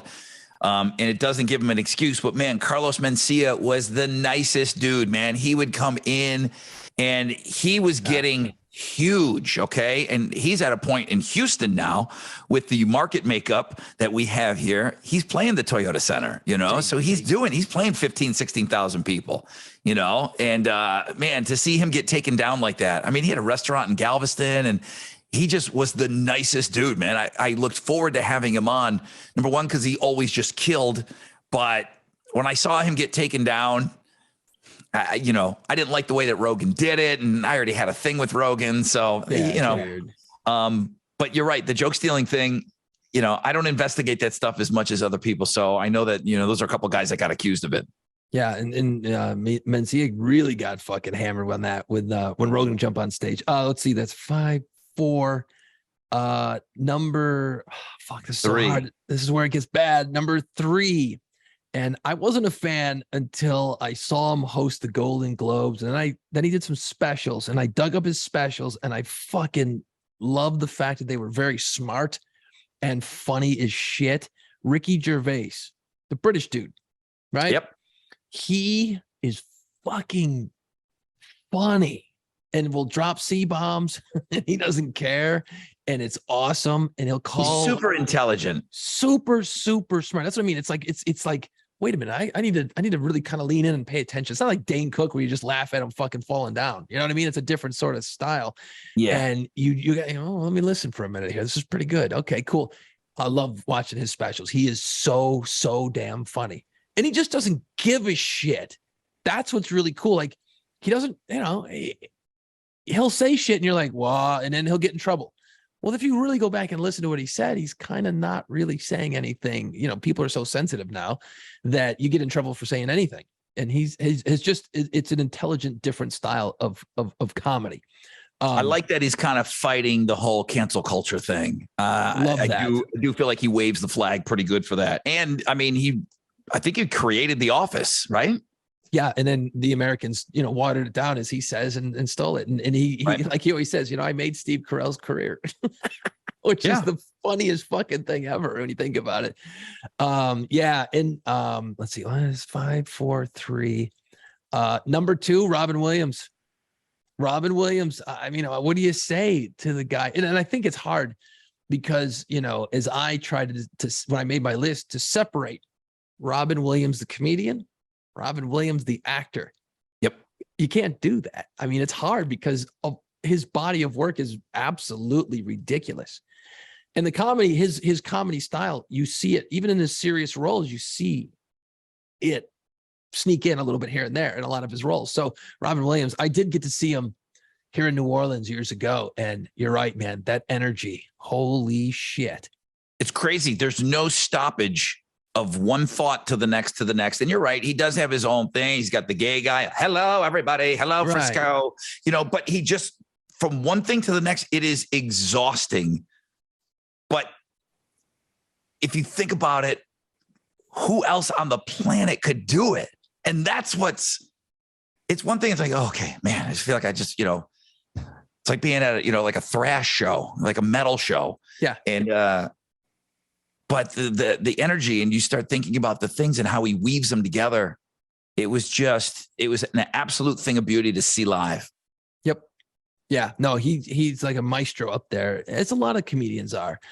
Number sweating. I mean, I never saw it like a gorilla. Okay. This guy was like a gorilla. Between the hair and the sweating. Yeah. But sweat. I never saw a man sweat so much in my life. Dripping. But you know what? That's, he worked hard. I mean, he laid it out there. He put every ounce on the line on stage. And what do you really want to see? I want to see someone just lay it out there on the line. I want to see that kind of performance out of a band, out of a comedian. I want you to just fucking leave it out there. And he was great at it, Number one, and this came later. I didn't even jump on this guy's fucking bandwagon until the last probably 2 years. Of course, this is the last 2 years when he's really blown up. Is Bill Burr. I fucking love Bill Burr, the Boston guy. He's pissed off. He's fucking really smart about shit. He uses the day-to-day wives, girlfriends, and bullshit. And I'm just like, how is he getting away with this? Like he'll dig a fucking hole where you're like, dude, no, don't say that. And then he'll find a way to dig himself out. And you're going, oh, okay. All right. Not bad. I've watched the specials. I love the dude. I think he's funny as shit. Never met him, never talked to him. Great, funny and quick, very quick. So I interviewed him back in the day, and you'll know how long ago it was because what we do is we cut these what we call IDs, and he said, "Hi, this is Bill Burr from the Chappelle Show, and you're listening to the Rod Ryan Show on 94.5 The Buzz." And he was like the one white guy on the Chappelle Show. So that's how long ago that I met him. So I don't know him, but I've had him on the phone after that. I saw him live back in the day. Hadn't seen him since he blown up. He just played. It's Alex's on the show, on the Rod Ryan Show. It's Alex's favorite comedian. And he's playing the night of his rehearsal dinner. But a Bill Burr interview comes in and I go, well, I got to let Alex do this, And I said, Alex, you want? He's like, oh my God, I can't believe it. Doesn't need to prep anything. Knows everything about the guy. Listens to his podcast. Did you ever watch F is for Family? His cartoon? I did. I heard it's funny. I never watched it. It's pretty funny. It's pretty good. No, I love Bill Burr. He was right outside of my top 5. He really is great. I mean, he was great back in the day, but you're right. In the last like 3-4 years, 5 years, last 5 years, he's super blown up where he's become an all-time guy now. So he's worthy of all these lists that he makes. He was just on the outside of mine. Dane Cook took him out because they're Boston guys. He used to open for Dane Cook back in the day. So he's pretty complimentary to Dane, I believe, still to this day. But yeah, he's awesome. So you and I,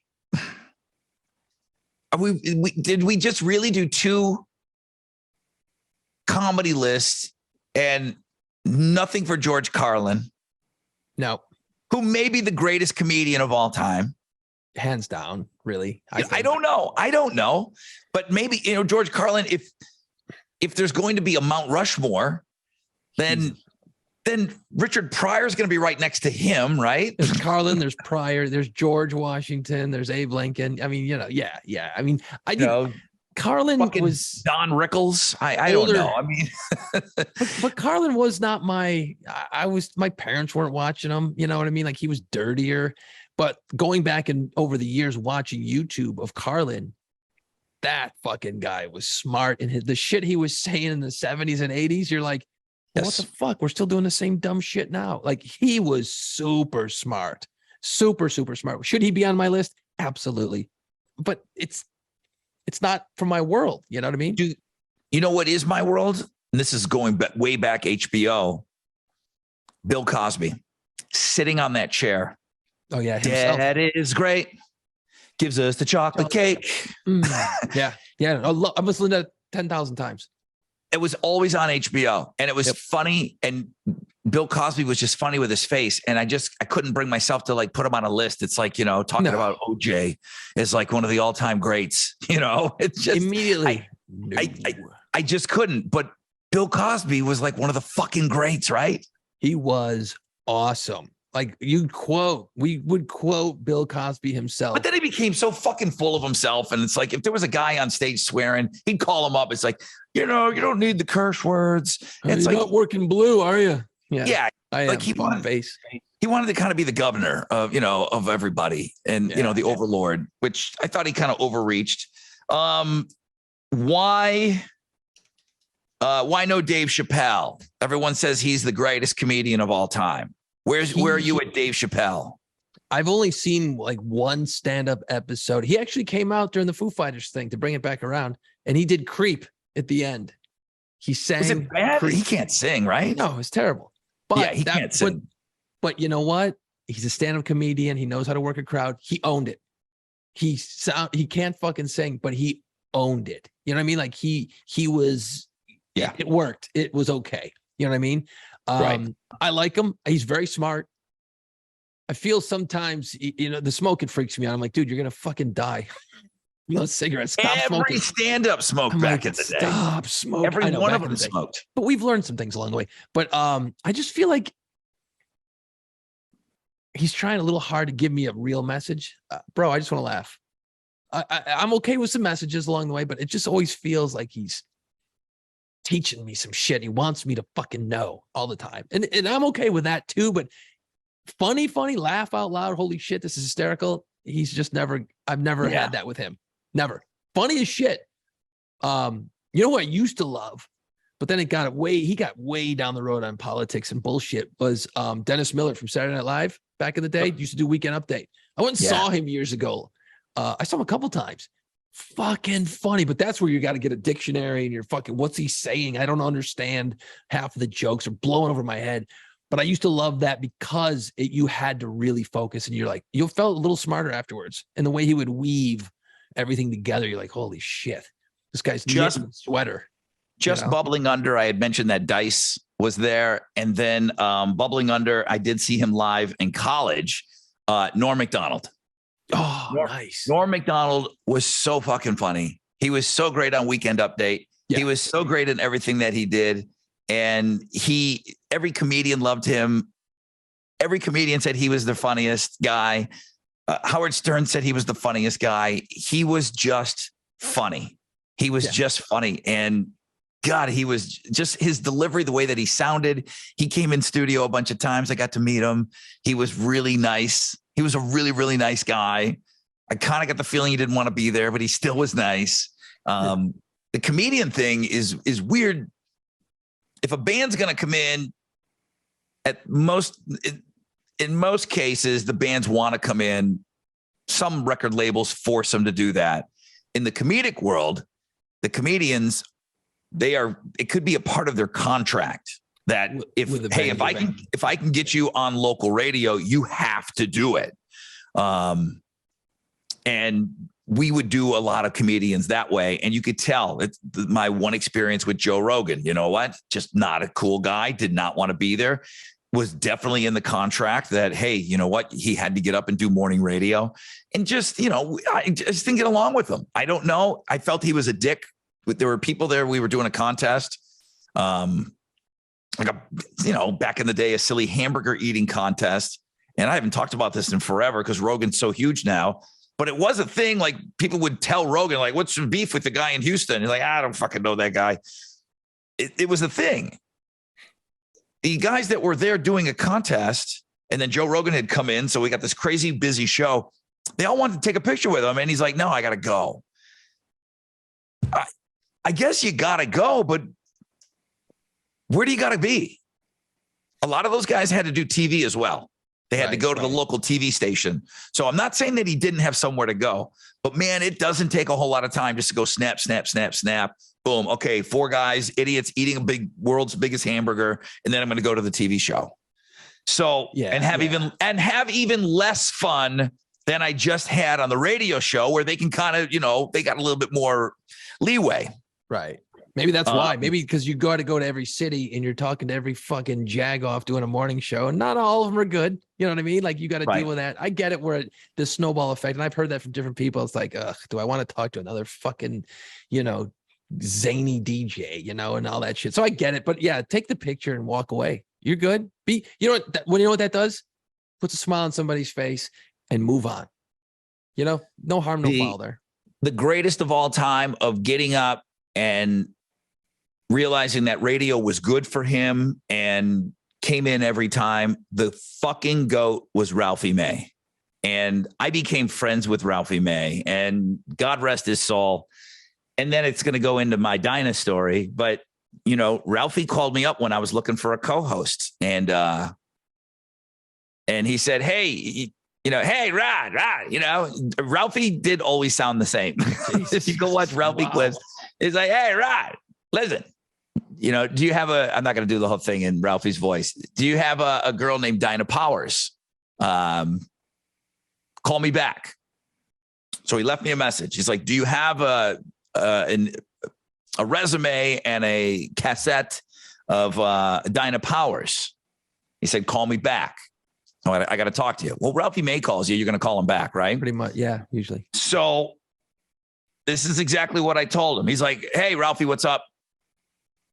And then I said, she's in the okay pile. I had really good. I had okay, and then not a chance in hell. He said, move her over.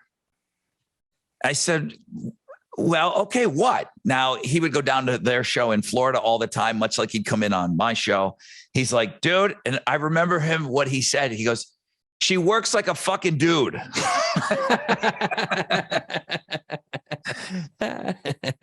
He's like, she's got big tits and she works like a dude. There you go. He goes, move her over. And honest to God, I have stacks of paper, and I'm like, she's in the okay, you know, not terrible, but she's in this pile. Didn't have a whole lot of experience, blah, blah, blah, for whatever reason, you know? So on Ralphie's command, I say, okay, I will go back. I will listen.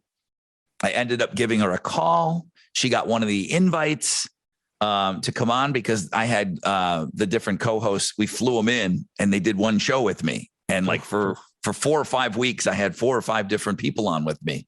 And she was one of them. She had the least fucking experience of all of them. She was the biggest goofball of all of them. But there was just something raw about her. There was just something raw and just something that I said, okay, you know what? And you know, Ralphie got her into that other pile, but then she did the rest on her own. Sure. But yeah, she knew that story the whole time, and it was all Ralphie May.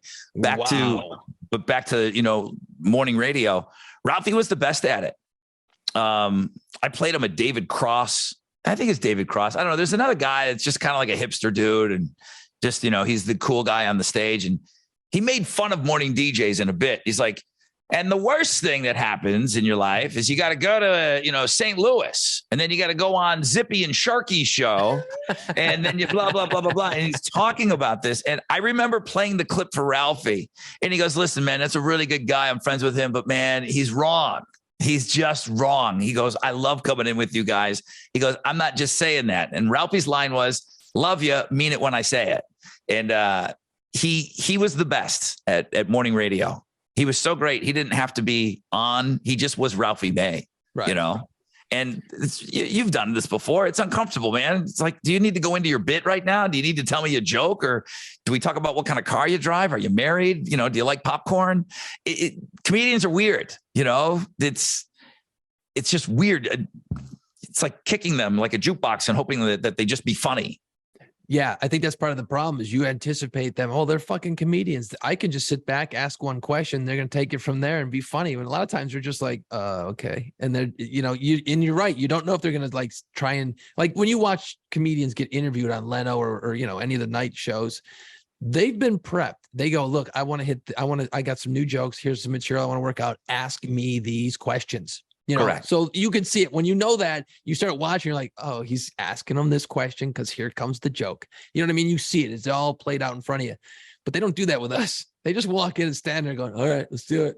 Let's get this over with. Right. And you're like, let's get this over with. And that's why with, you know, these XM shows and, you know, if you look at Opie and Anthony, they'd have a comedian sit in with them, you know, but just to riff on shit.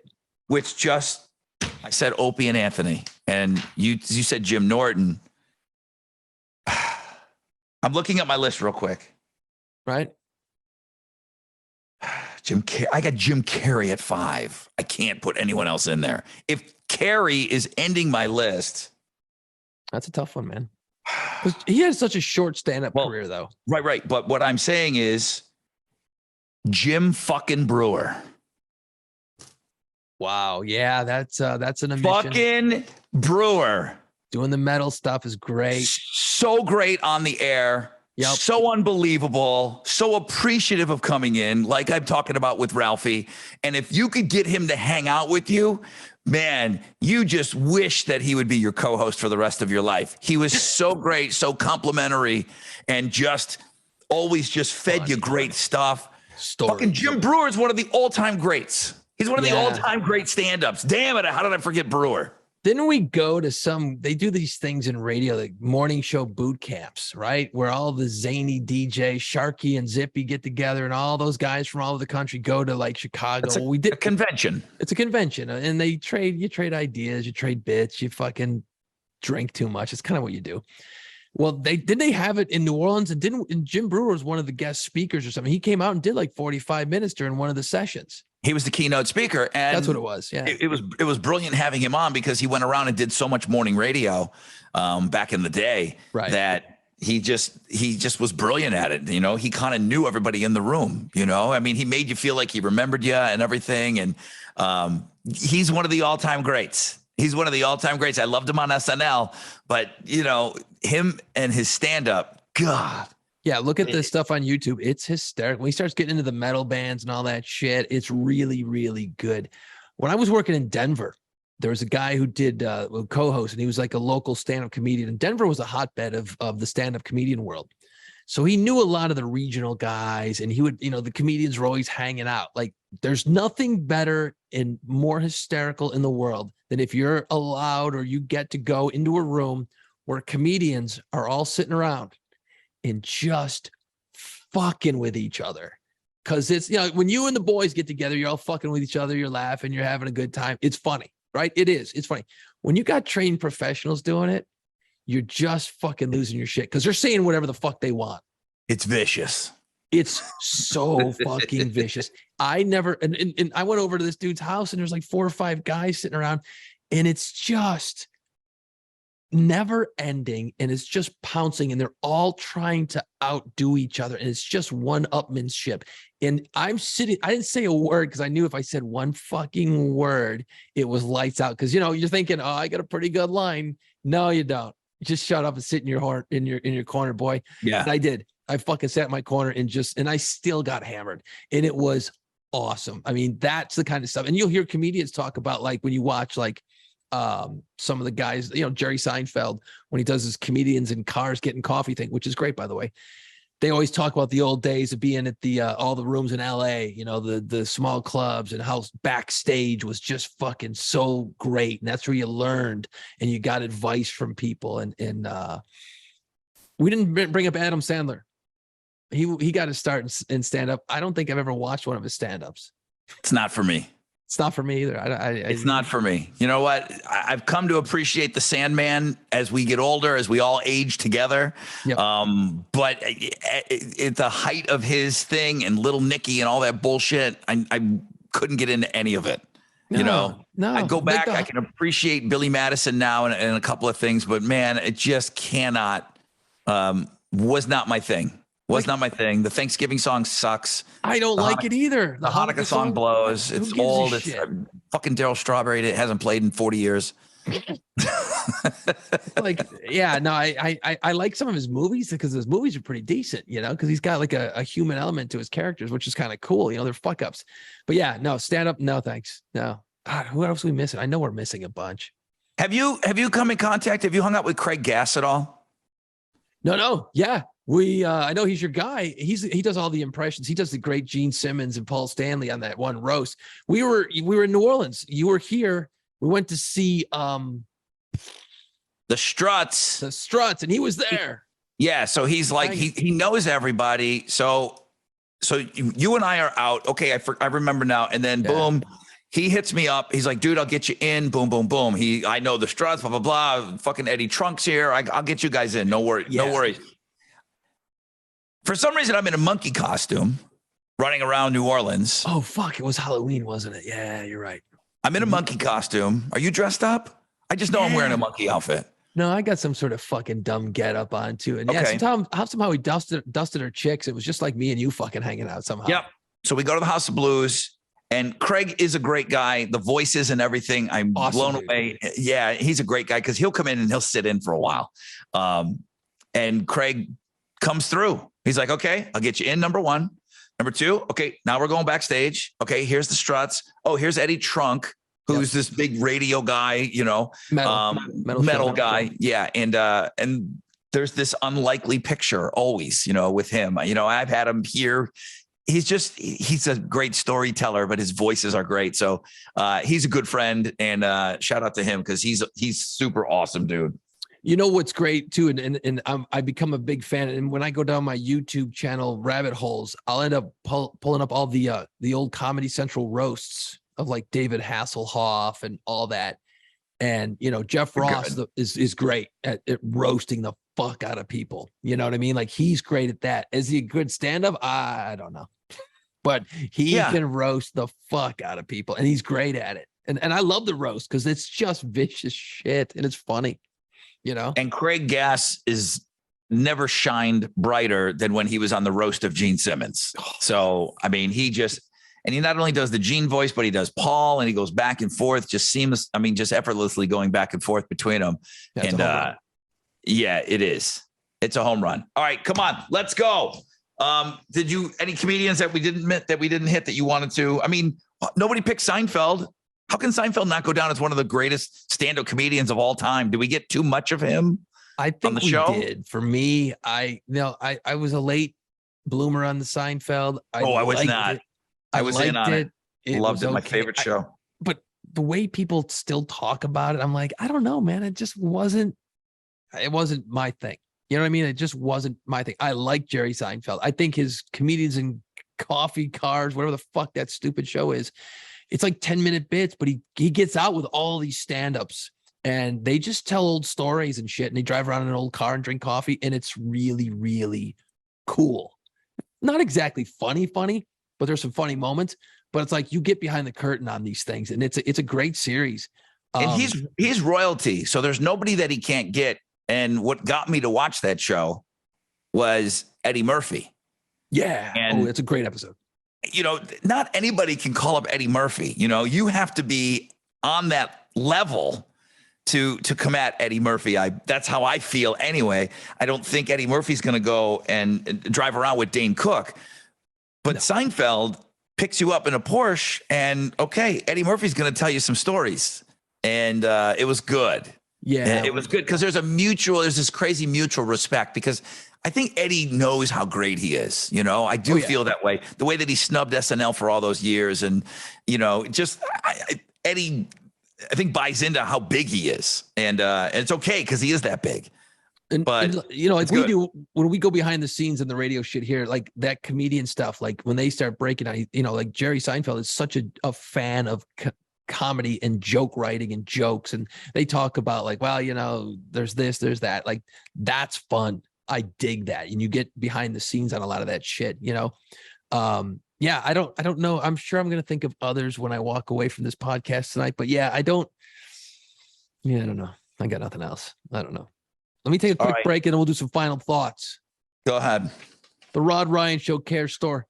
It's open. If you haven't bought a shirt yet, well, what are you waiting for? Get your boobs rock and kick-ass merchandise right now. Like literally you can punch it up right now while you're listening. It is Breast Cancer Awareness Month. Everything in the store benefits breast cancer research at MD Anderson Houston. T-shirts, koozies, stickers, and so much more. All the info is on the world famous Rod Ryan Show page at thebuzz.com. How was the car show last week, dude? I know that was a big deal. You had the car show, right? Last weekend? 200 cars registered. Wow. $9,000. Congrats, dude. That's awesome. It was a huge success.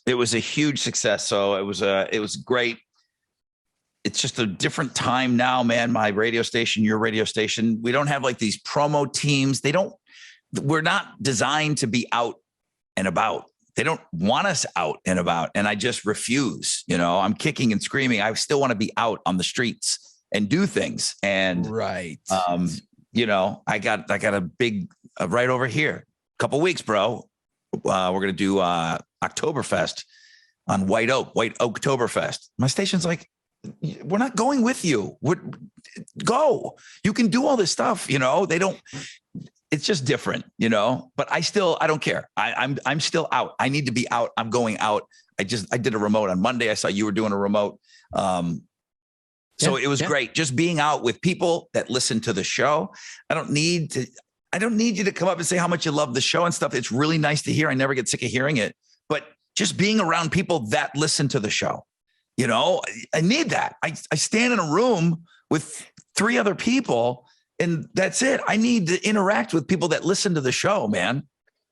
Yeah, more so than on social media. It's great.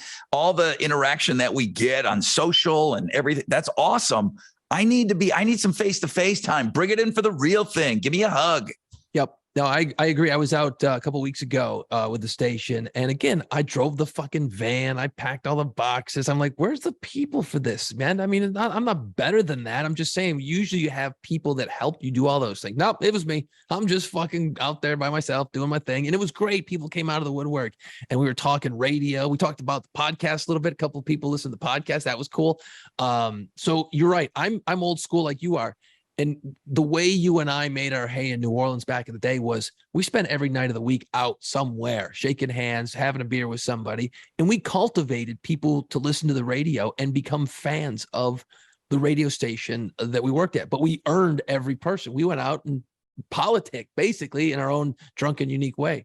Yeah, I still believe it works in these radio stations that are saying, we don't need promo people to go and carry the boxes and drive the vans and set shit up for you. Yeah, you do. Yeah, you do. And you want to know why you do? Because if you don't, I'm going to go and do it. And I'm going to kick your ass. That's what we're going to do. You're doing the same thing. That's a winning formula. They don't get it, dude. I'm telling you, I've already had these fights. I've already had these conversations. This has been going on. This has been going on for years, for years. But clearly since the pandemic, what doesn't need to happen is a table at T-Mobile on a Saturday for 2 hours and passing out bumper stickers to people that are on the bus line that come and just want to grab free shit off the table. Nope. Because there's really no, to be honest with you, I don't care how popular you are. You know what? You're going to get 10 people that show up and that's a good day. If you get 10 people, it's I've built my career on being out at events and being out at bars. Yep. And, that's why we say like with Monster Jam, we get to go down on the floor, and we sit there, take pictures with everybody. That's one time that we get to meet kids and everything. And it's like, yeah, bring your sniffly kid over here. Let's do this. A large part of my career was built on that sort of thing. So, it's good to be out. So thank you for asking about the car show. We got a golf tournament coming up. I got this, I point behind me because it's a street over from me. I mean, like I'm walking to my gig. It'll take me 5 minutes to get to where the meeting spot is. It'll take me 5 minutes. So best ones. Yeah. That's what happens when you come up with stuff, you do it where it's convenient for you. Mm-hmm. So yeah, Boobs Rock is going on, and thanks for the plug on the store. And that is going to be my final thought. If you want some Boobs Rock merchandise, or if you just want to drop $20, please do so. The world famous Rod Ryan Show page at thebuzz.com. You'll see the Boobs Rock store is right there. We got some great merchandise in there. Boy, that one looks a lot like Metallica. Boy, that other one looks a lot like Guns N' Roses. Yeah, it's because they look like that for a reason. So we're just trying to raise some money. And it's a busy, busy month, but it's a good month. It's fun. But shit, it's a lot of work. Yeah, but it's for a good cause. I literally talked somebody out of getting their own 501c3. I'm like, don't do it. I go, don't do it. Why do you need to raise money? And you don't have the network that I do. Right. Okay. I mean, I have this radio station where I can get this message out. It's the same thing where they want to have a golf tournament. And I said, do you have a ton of friends? Like, do you just know a million people?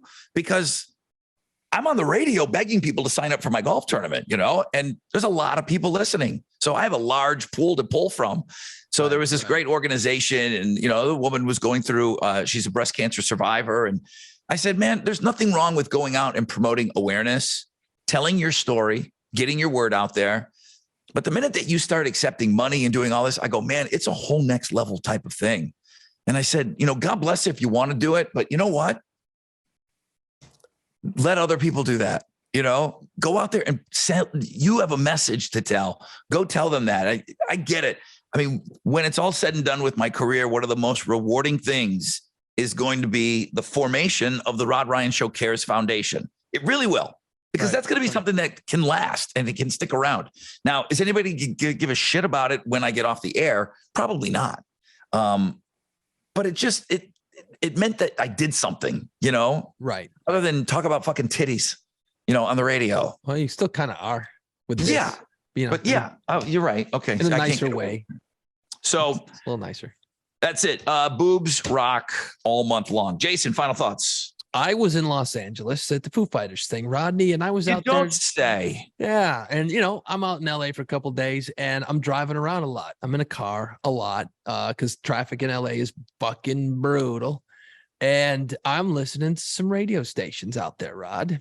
Now, I know you can listen on apps and all that shit and online to any station in the world you want to listen to. It's wonderful. And I'd like to do that once in a while, but there's nothing like being in your car and doing it for reals, man. So I'm driving around LA for a couple of days and I'm listening to the LA alternative radio stations. And you know what I'm getting at. There's a world famous radio station. They call themselves the world famous K-Rock, right? Yes. And it's always been the trend center in alternative radio forever. They broke so many songs, so many bands, so many artists. They were the ones doing all the cool imaging back in the day that all the other alternative stations stole and copied. Alternative radio copied everything from K-Rock back in the day. Last 4 or 5 years, that station has fallen off. It's lost a lot of their talent. It turned into a piece of shit, as did a lot of alternative radio stations around the country. That being said, they've brought it back around and it's gotten itself righted and it's doing a lot better. I'm gonna make a bold statement here, Rod. A very, very bold statement. Can't wait.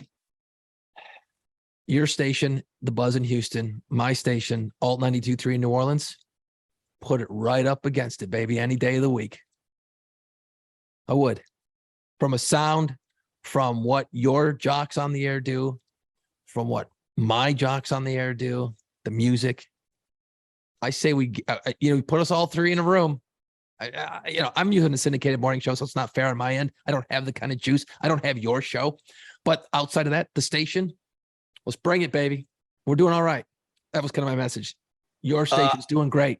I think, I'm not saying I'm better than K-Rock and smarter than those guys and all that shit. I'm just saying from listening to it for quite a few hours, they're not the trendsetter that they used to be. And, I think what you're doing in Houston is kicking ass. I think what I'm doing is starting to take effect. There's other stations around the country doing quite well. So, I did text you, even though we didn't see each other because you couldn't find the time to come see your bro while I was in New Orleans. I think a little bit of that is on you. I did text you and said that I was listening to your radio station and it sounded really good. You did say that. I thought that was kind of sweet of you. But that is interesting about that. I always know how hard it is to say something nice to you. I think that was the second time you ever said something nice to me. Yeah. I said, dude, your station sounds really good. I'm listening right now. Cause I didn't drive around a whole lot. So when I did get in the car or the truck and I did do a little driving when I went out to the Shalmation Nation, I'm like, let me see what Jason Ginty is doing. And the radio station sounds really good. It's, work in progress, you know what I mean? But no, thank you for that. That's station sounds great with an exclamation point. That hit me right in the feels, bro. That was great. I like that. No, did you look up the text to see if I texted you? Yeah, I wanted to make sure. No, I want to double check in case you said something stupid after, or you had to kind of like go, holy shit, did I just send a compliment to Ginty? I need to follow it up with you're also eating dicks every night, or you know what I mean? Zero backhanded anything afterwards. I said the station sounds great. I'm listening to it now. Which I do appreciate. Eat a bag of dicks. Did not follow that compliment up. Well, did you see that thing? I know we all in the radio world, we all read the same shit. Did you see the thing about like, the 10 things that are traits to being best friends? Did you read that today or yesterday, whenever that came across? I did not. Yeah, well, this explains a lot. You should have. I was going to do it tonight. I didn't even bother printing it up. You'll read it. But it said like your loyalty. It's all the same shit that you already know when you have a good friend, common interests. You laugh at the same jokes. You can finish each other's sentences, all that bullshit. I'm like, well, that's my good friend, Rodney. Right. We must be getting older, because for you to send a text like this, I'm like, whoa. Like I was like, whoa. And I kept waiting for the next to follow up. Like, okay, where's the hammer? And there was no hammer. I'm like, oh, look at us all grows up, dude. And like, there's been other moments where like I said something to you and I'm like, did I just fucking say that? Holy shit. I think we're getting older, dude. Yeah. You're waiting for the bag of dicks to come, like right afterwards. Or literally a picture of somebody's wiener. That's usually when you know it's a good one, So anyway, that's all I got, dude. I got to go to sleep. I'm tired. I know you got to get up in about 20 minutes to do your show tomorrow. So yeah, dude, we got to end this shit. So follow us on social media at Play Pants Pod. Watch on YouTube. You think I should write this? It's actually written down, but I don't even, You don't have this right here. I send it over to you. You got nothing. It's on my laptop. I'm scrolling through it right now. Okay. At Play Pants Pod. We're on YouTube. Like, subscribe, smash that subscribe, and tell your friends that this is a fucking mediocre podcast. But did you read all the stats about podcasting?